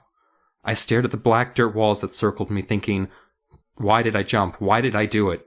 And then the hands poked out from the dirt wall. Bony hands all around me. Fingers uncurled and pointed at me. The fingers stretched, grew longer, and sharp talons sprung from the long fingertips. Spun around. They circled me. I had nowhere to turn, nowhere to duck away from them. The sharp talons began to poke me, sharp needles poking me through the shirt, tapping hard, then pushing into my skin. Long, sharp needles poking my skin, poking deeper. Scream after scream burst from my throat. I don't know if my screams reached the top of the hole. I screamed so hard my throat throbbed with pain, and then the poking stopped. The long needles slid back into the hands, and the hands pulled back into the dirt wall. I shut my eyes tight, breathing hard, waiting for the pain to fade. When I opened my eyes, I was back up on the ground. I stood on the edge of the hole, blinking and struggling to catch my breath. I staggered back to safety. I pressed my back against the garage wall. I felt different. The pain was gone, but I didn't feel like myself. I raised my arms and they stretched toward the back fence. They stretched longer and longer. I cried out when I saw dark fur on the backs of my hands. I put my hands under my chin, pushed, and my head stretched 2 feet from my neck. A grumbling roar escaped my mouth as I waved my long rubbery arms and stared in disbelief at the fur that covered my hands. What am I? Some kind of monster? I had to show Max and Kendra. Why did they lead me to the hole? Why did they want this to happen? Maybe were they monsters too? Wow. What's underneath Bell City? So he runs to the playground where he thinks Max and Kendra are. He's running and running, and he just very abruptly feels himself go back to himself. Like the fur goes back into his skin, and he's no longer malleable and deformed, rubbery, and he sees Max and Kendra and runs up to them, and the hole. Max laughed. "You look so frightened," he said. "You saw the hole?" I. Kendra laughed too. "Oh wow, Adam! Don't tell me you fell for our joke." I swallowed. "Joke?" They both nodded. "We're just trying to give you a scare," Kendra said. "Max and I kept digging in a little bigger every night. Did we fool you? Did we really frighten you?" Max asked. You find out that Oliver is their best friend. Oliver's been in on it the whole time. Just a little weirdo. And the final word is, Kendra put a hand on my arm. "It's just a big hole in the ground, that's all," she said. "Can we really scare you?" Bum, bum. No, there's actually nothing after that. That's a good one. I like that one. I like that one too. Kept me guessing the whole time. But it didn't go too far. No, it stayed. It was, it wobbled out of the gate, but it stayed. It kept that sine wave all through, where you're guessing all the time, like, are we pranking or are we not pranking? What are we doing? Something weird happening? Is this dad doing fucking weird ass dad's experiments in the basement? Dads are always in the basement, creating brand new life in the basement and killing it horribly for the last 20 pages of the book. That was a good one. I'm jealous you got to, you got to ride out on a good one, man, because I can't say the same about this next one. I mean, it's not the word. I don't want to set expectations too harshly out the gate, but I think what you just told us is going to be a bit better than how we're going to wrap up here. I'll admit that. Because our last story here is a little ditty that R.L. Stine likes to call the Monster Maker. Okay? And it goes a little something like this. Two girls. I thought you were going to... Sorry. I thought you were about to... Yeah, yes. I thought we were about to go to a Charlie Daniels band. What if I sang the whole synopsis? That'd be rough. Well, R.L. Stine went down to Georgia and he was looking for some children to steal. Wait, no. You can't improv this. Can't do that. Man, my pants smell so much like weed. I hope when I go to work smelling like this. Oh, damn. I spilled weed on me. And I kept catching little whiffs of weed. I'm like, did it get in my pants? I've been walking around work with a little pot potpourri in my pants. Now you've got weed flavored balls. I think some chicks are into it. But anyway, I don't want them to fall asleep while they're down there. Yeah, fair. I want to introduce you to Fair enough, Dylan. create some separation between us talking about your balls and the two preteen girls I'm about to introduce us to. But we got Jamie with her friend Annie Bender, and these girls are pretty crafty. They like to make things out in the old shed, and Jamie in particular builds monsters. Man, she started out doing them with kits. And then she got good enough to where she could just kind of, improvise building her own scary monster, painting it up, making it look all creepy. Kind of like Corey Feldman and, what is it, the third Jason? Fourth one with the masks. She's kind of got that would be the fourth Jason. The fourth Jason. Yes, yeah. The final chapter specifically. Right on. It was not the final chapter. No, it wasn't even close, it turns out. But they work together on these things. There's a lot of glue, a lot of paint, a lot of crafts and stuff out there. And she's been working on this big new lizard. I feel like I have to have an accent for this one for some reason. They're working on Big Lizard together, the two girls. And real big lizard. It's Big Lizard. It's 2 feet long. So it's pretty big, pretty big lizard she's been working on. That's a big lizard. Yeah, damn not crocodile. 2 feet long, 2 rows of teeth on that sumbitch, big fangs. She's real proud of it. God damn. Yeah, she's real proud of it. And then she says, "You know what make this lizard look crazy?" And he's like, "What's that?" She's like, "Let's put some fucking fur on it." She's like, "A fur lizard?" She's like, "Yeah, dude, it's my monster. I make it look however I want." You can't put fur on a lizard. I know. That's what my papa always told me. That's how you get chupacabras. My dad always told me you can't put fur on a lizard. And I'd always be like, "You want me to practice safe sex then? Is that what you're trying to say?" Can't put fur on a lizard. That's how you get a chupacabra.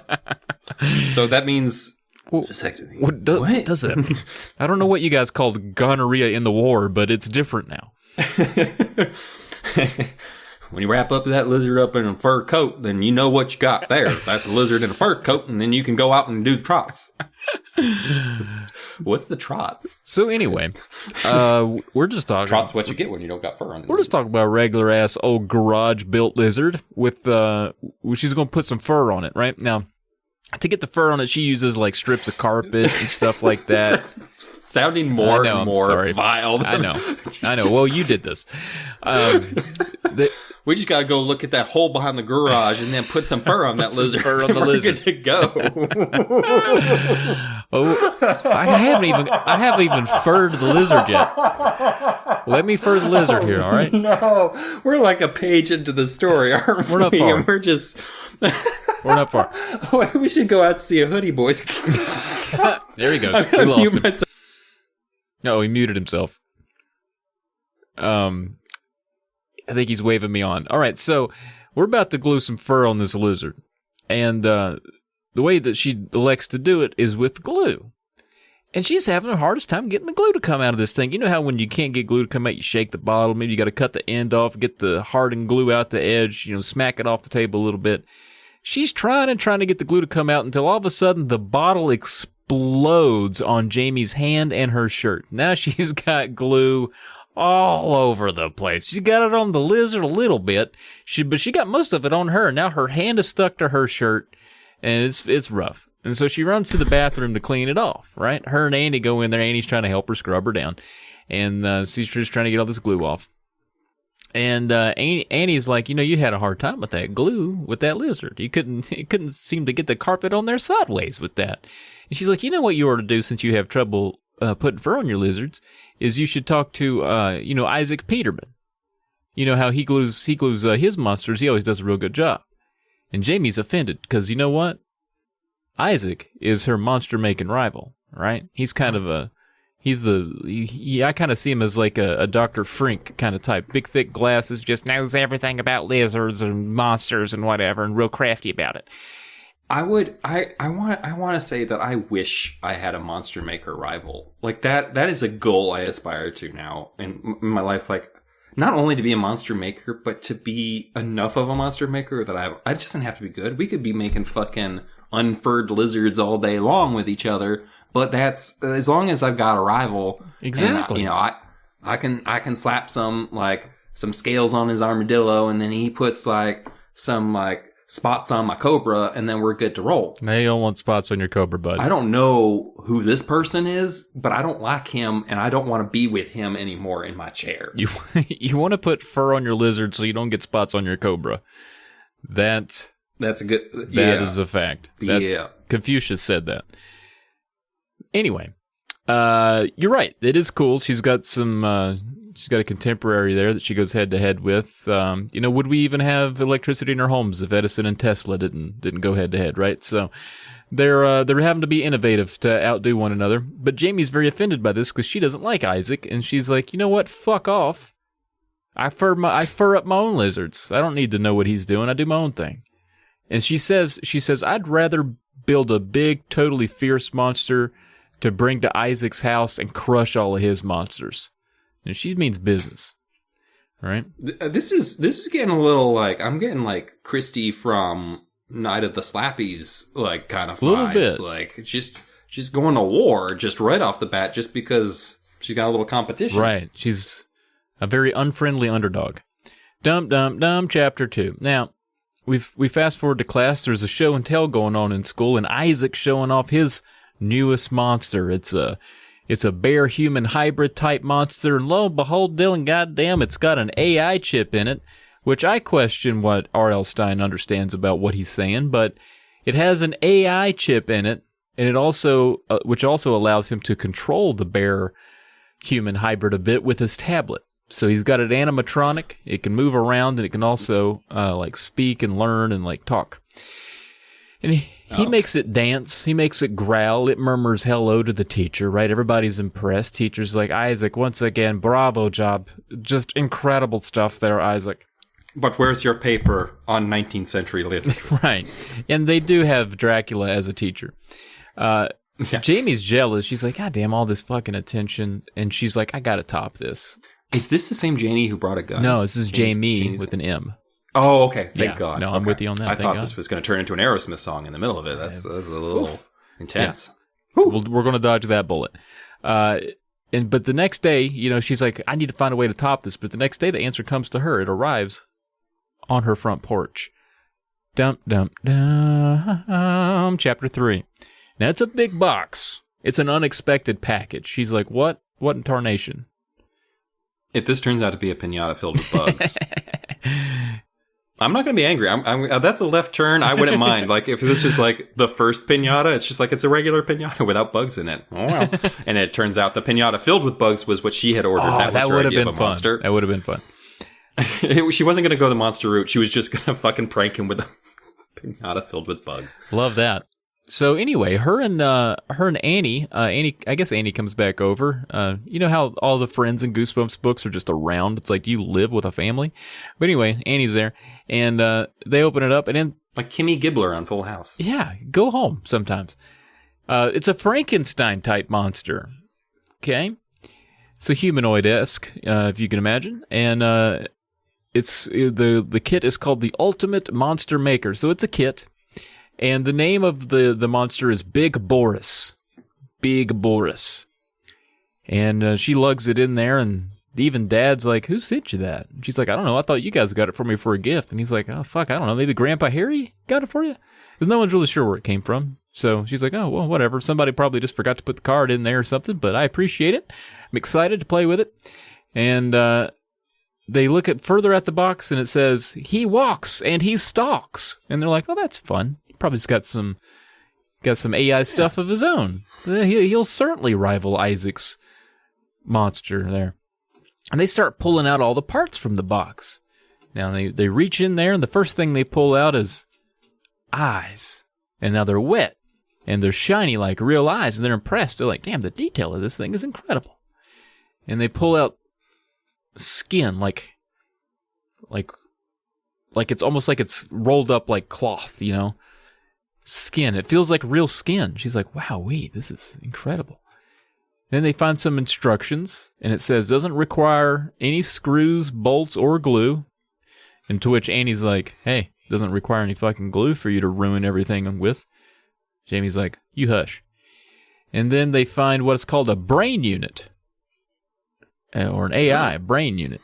And as you can imagine, it looks a lot like a brain. And so they start assembling it, turning him on. He growls. They're like, well, shit, that's good. Realize they put the legs on wrong at one point because he starts walking and just falls over. And they're like, oh, shit. And they have to take the legs off, put them back on the right. Oh, God, I hate it when I do that with my IKEA furniture. Right? Put the legs on wrong, and then your IKEA walks across the room the wrong way. Got to put it down. You can't actually undo it. You got to just... It's like horse with 2 broken legs. You can't have a coffee table with 2 broken legs. Just out on your curb is a coffee table with 4 bullet holes in it. Because I don't know where the brain is. And just like... What's more disturbing? He tried to kill this coffee table, or he didn't succeed the first 3 times? Or at all, it just scampers off into the woods. Yeah, how do you kill a coffee table? I don't know. But Annie leaves. She's like, okay, well, it seems like you got a sweet monster going on. And I don't know. I don't know how you kill a coffee table, Dylan. Shut up. I don't know. Moving on. I don't know. Annie leaves. And Jamie reminds her, she's like, now remember, Saturday's the day we're going to take Boris over to Isaac's, which I think is interesting. They're not going to just bring it to school and one up him and show and tell. They're going to go to his house and fucking murder him with it. They've kind of already decided they're going to go ruin his monsters with their monster, which I think's incredible. I was so for it. I thought for a second they were going to steal his brain for their monster. No brain stealing. Oh no! Well, I didn't think that was actually going to happen. That would have been a little bit much. Even though we did have a story where a child dies and becomes a ghost in it. Like, that is true. That is true. That's an amazing story too. Yeah, that was kind of fun. So that night, Jamie, she can't sleep, and she starts hearing noises, little knocks and bumps and like distant growls. She's like, is that thunder? Like, what the hell is that? And she's like, wait, the model can't activate itself, can it? Like, maybe I just didn't turn it off. And so she lurks around the house. She goes down to the garage where her little workshop is, opens the garage door, and Boris is just standing there and just growls at her. Rawr! And then Boris picks her up and slams her against the work table by her throat. Picks her up and slams her against... Yeah. He gets pretty violent. Yeah, he goes hard. And while he's like pinning her down, I don't want to hear that phrase after the scene you just described, because that's a little fucked up. But I know he slams her against the table and then he comes hard, like, you know what I'm talking about. That's not what I meant. That's not what I meant. He didn't know fur lizards. He just he pins her down, and he's got incredible strength because he's partly animatronic, and she can't get up, and she's trying to find the power button. Now, she knows the power button's under his arm. That was something she discovered earlier, but when she reaches to, like, do it, he keeps knocking her hand away, like slapping it away, and she can't reach it. And then Good defense, yeah. Boris, with one of his free arms, I'm not real sure how many arms he has at this point, because one's pinning her down and one's swatting her hand away from his power button. But he somehow, at some point, reaches over and grabs I know, it's Euphemism City. She reaches over and he grabs some of the carpet that she uses to fur her lizards with and starts wrapping it around her. Starts furring her like she's a lizard. Right? He starts... I fucking hate you so much right now. I'm telling this real story. I'm not making this up. He starts wrapping her up in carpet like he's putting fur on her. And she's desperately reaching around because she's like, well, shit, what is happening now? Am I about to get rolled into carpet and thrown in a van by an animatronic thing I built earlier today? And she's reaching around frantically, and she finds on the workbench his instructions. Can you stop saying reaching around for his power button, please? What is wrong with you? What? She wants to turn him off. He's on. She wants to turn him off. Or turn him on, or just... Anyway, she wants to find his off switch. Is that better? Yes, okay. That's actually better. All right. His get off switch, mind. Well, she finds the instructions, right? And she starts somehow, while being wrapped in carpet and being kind of abused a bit here, she's able to just take the time to read the instructions a little bit more carefully. And it says, Boris is the greatest monster maker of all time. Once you assemble Boris and activate him, he will turn you into a terrifying monster. And she's like, well, shit, I didn't read that. That was at the bottom. I didn't read all the way down there. So then at that point, she just blacks out. Probably being wrapped up in carpet and pinned down by an animatronic monster or whatever. She wakes up a few hours later, and her feet are covered with fur, and she has talons And she's like, well, that's not how I remember myself being. It sucks. And then she reaches up her arms to stretch, and instead of yawning, she growls. And she's like, oh, shit. And then she says, and it all came back to me in a flash. The horror of last night, the whole nightmare. Boris, the monster maker. Jamie, the monster. My huge feet thudded on the ground as I staggered back into the house. Mom and Dad were still asleep. Should I wake them? How could I tell them what had happened? How could I ever explain? Hunched outside their bedroom door, I heard a phone ringing. In my room, my phone. Grunting to myself, I lumbered down the hall and grabbed the phone off my desk. Hello? The word came out in a deep growl. Hey, Jamie, a cheerful voice rang in my ear. It's me, Isaac. Just wondering if you got the gift I sent you. I got it specifically for you. Did you find it? I left it on your front porch. Enjoy. The end. I knew you were going for that stupid fucking... I was like, oh, did he become a serial killer when he was older too? That was a pretty fun ride. I mean, it was silly I as did fuck. like that, actually. Yeah, it was super silly, but I think I actually liked that one a lot. Yeah, I had more fun telling it to you because of all the embedded euphemism that I never picked up on reading it, because R.L. Stine didn't write it like Travis would tell it, which is awfully. Yeah. It was fun to retell. I definitely imagined everyone was 18 or older in that version of that story. But you know what I would like to do? Because I was thinking we should rank our stories, but I thought what would be more interesting is if we ranked each other's stories based on how the other person told them what we think we would put that story at. Okay. If you can remember anything from last time. Yeah, absolutely. Hell, I'll even go first here. I'm going to say number 5 for you, my least favorite, least compelling, was How to Change Your Life. The one you read today. I thought that was lowest on the list. I know this is going to shock you. My number 5, bugs. Really? Because of the bugs? Or the ending was whack? The ending was wickety whack. Well, let me think. Yeah, I'll say bugs was the bottom for me. Yeah. Now, you might have to actually, kick my memory for, So Welcome to the In-Between was the kid who had a smartwatch that broke. Actually, that one's low for me, too. I'm going to say that's my number 4. So Our Little Monsters was probably my number 4, the ones that you read, just because that was the one where it's like, for the people from last time, I know you remember, Travis, the babysitter who's like her brothers are awful little monsters and very bitey for children. Yeah. I assume. I've never spent enough time bitey with them even for children, yeah. Okay. And then the neighbors down the street also have terrible children who are also monsters. The parents thing too kind of bothers me, where it's like, did the fake parents, like, why didn't they just leave at any point? Like, yeah, it was not good. I agree with that. Like, kind of fun to listen to, but that's still like a 4 for me. Now, I remember Skin. That was the one with the boy that just had the growing floppy skin all over the place. I like that. And then his dad opens the closet at the end that's just filled with skins. Filled with skin. That was a good one. But what was with the boy that heard boy who heard screams? That's the one about the kid who's like a complete shithead. It's basically Sorry, and he keeps telling his 2 friends that he's just like, oh my God, there's a cat trapped in this well. Oh my God, I'm trapped in my basement. And they're finally like, go fuck yourself. You're a piece of shit. And then he keeps hearing someone crying in the neighborhood haunted house. And he finds out that it's actually him in the house.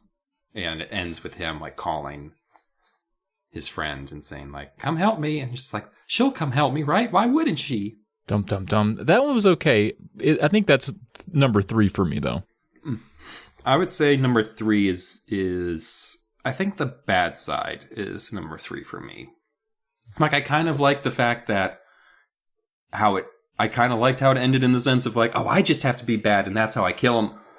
Like, that was kind of a nice way of getting rid of him, even if his way of being bad was like, I mean, I guess it's the Goody 2 version Shu's version of being bad. It's like, I'm going to be so bad. Take this pizza on the wall. Take that. Much, yeah. And his mom is like, oh my God, Carson. It's just Carson, like, you've how made a could mess. you? It's going to take us 10 to 15 minutes to clean all this up. I'm going to spill water on the porch now. Carson, it's going to take the sun 10 minutes to dry that out. Like that's just, it's kind of like how evil Spider-Man was like in Spider-Man 3. Everyone make fun of it, but it's like, yeah, if a nerd turned evil, he would be a fucking dork and insufferable. That's what he would be. Yeah, like, he'd be Elon Musk. Yeah. Yeah. But yeah, so I would say I had some good moments with the bad side, even as lightweight as it felt at times. Sure. My number 2, I'm thinking, oh man, it's tough. I think I got to put The Hole in the Ground at 2, which would make Skin my favorite. But they're close. They're kind of different in a way. Like they appeal to different sides of my spookaliciousness. One's more like trippy and the other one's gross. But the gross one was very effective. The Skin thing was really, it sat with me. Not to talk out of turn, but those probably are definitely my 2 favorite of the ones I read. But I would say The Monster Maker was a second for me, just because it was a lot of fun. And I didn't really have any narrative problems with it either. Like, it was just like goofy and weird and like, sure, fucking order a monster maker that makes monsters. Like, I feel like that was like R.L. Stein's answer to getting sick of hearing like, it's Frankenstein's monster, not Frankenstein. He's like, fuck you guys. It's the monster maker that makes monster, not the monster that is made. Yeah, you really flipped that upside down. But the ghost in the car, like, just rethinking about it, it's just like, this is a really fucked up story. It is. Like I really liked it. Like in kind of the same way I like kind of The Hole in the Ground, where it kind of was left uneasy at the end of it, rather than like I got maybe some steins up my tingles. No wait, tingles up my stein. Like, yeah, you know, yeah, same. I think I wouldn't say is maybe not unfair to speak for both of us on this. I feel like we each had 2 stories we really liked, and then the other 3 are like, yeah, it's not a close race between second and third. It's really for not. me. Yeah, which says he's batting about 40 to 50% with these for the most part, but there were good parts in all of them. That's a good batting average. Yeah, that's a great bat. He's batting 400. Yeah, that's great with these little short stories, and there are good moments, honestly, in every single one of them. Sometimes they just fall apart, and he's got to wrap it up. He's got more stories he got to write. I get it. Yeah, but I think that's going to wrap this one up, man. I'm glad we made it a 2-parter. We'd have been sitting there for 4 hours last time, but goddamn, it was fun. Oh yeah, I really liked. I think the first half of the book had more heavy hitters in it. Yeah. But like I feel like the Monster Maker and Hole in the Ground were like good ways to like do a nice little 1-2 at the end of the collection where like you got a real spooker dooker with The Hole in the Ground where it's just like, wait, is this kid just crazy now? Like what's happening? Like and then you've got like the silly closer, but still kind of a fucked up ending. Like she's a monster now. Yeah, like it's the implication here is while she was asleep, she was brutally mutilated, like and turned into a monster. Like this is, it is funny how like you gloss over shit like that as a kid, where it's like, oh yeah, now he's a boogeyman. Oh, but in your head it's like, yeah, wait, fill in the blanks. No, how? Yeah, like this is some true body horror right here, and the punchline is just like, gotcha. And it's like she's gonna kill you, you know that, right? Like she's like an actual she's going to find you and kill you, Isaac. How do we close this one out? We got we already know what's coming for the first part of the next season. You've already read that synopsis. We can do what we did last time and read well, which one was our favorite collectively? Maybe we read the inspiration for that one. Let's see. Do you want to do Skin? Oh yeah, let's. Or The Hole in the Ground. I'm interested to I hear think those two were... what inspired Skin.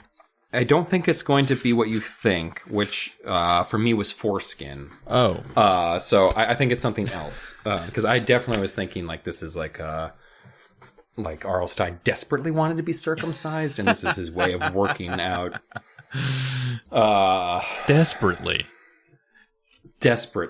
Do you know there's like actual organizations devoted to? Yeah. Because it's tragic. Sure. Yeah. 1 in every 15 men desperately want a foreskin on them. Speaking of Arlstein, hey buddy. There's like once at an animal preserve in Tucson, I watched a snake shed its skin. The snake slithered right out as if it was taking off a winter jacket, or maybe like a blazer. Maybe not a nice blazer, a blazer that was too big for the snake. And he needs to get another one for the fall, because that's when all your friends start to die. What? You just need to start preparing for all those funerals in the winter. The skin had been a part of the creature, and now it's just a long, paper-thin, crusty thing I could see through. That image stayed with me a long time. A long time. Lots of scary stories have been written about snakes, but I've never read a story about their skin. And then suddenly, I had this story idea about a boy and his skin. That is creepy as fuck. Ha! Cha-cha-cha-cha.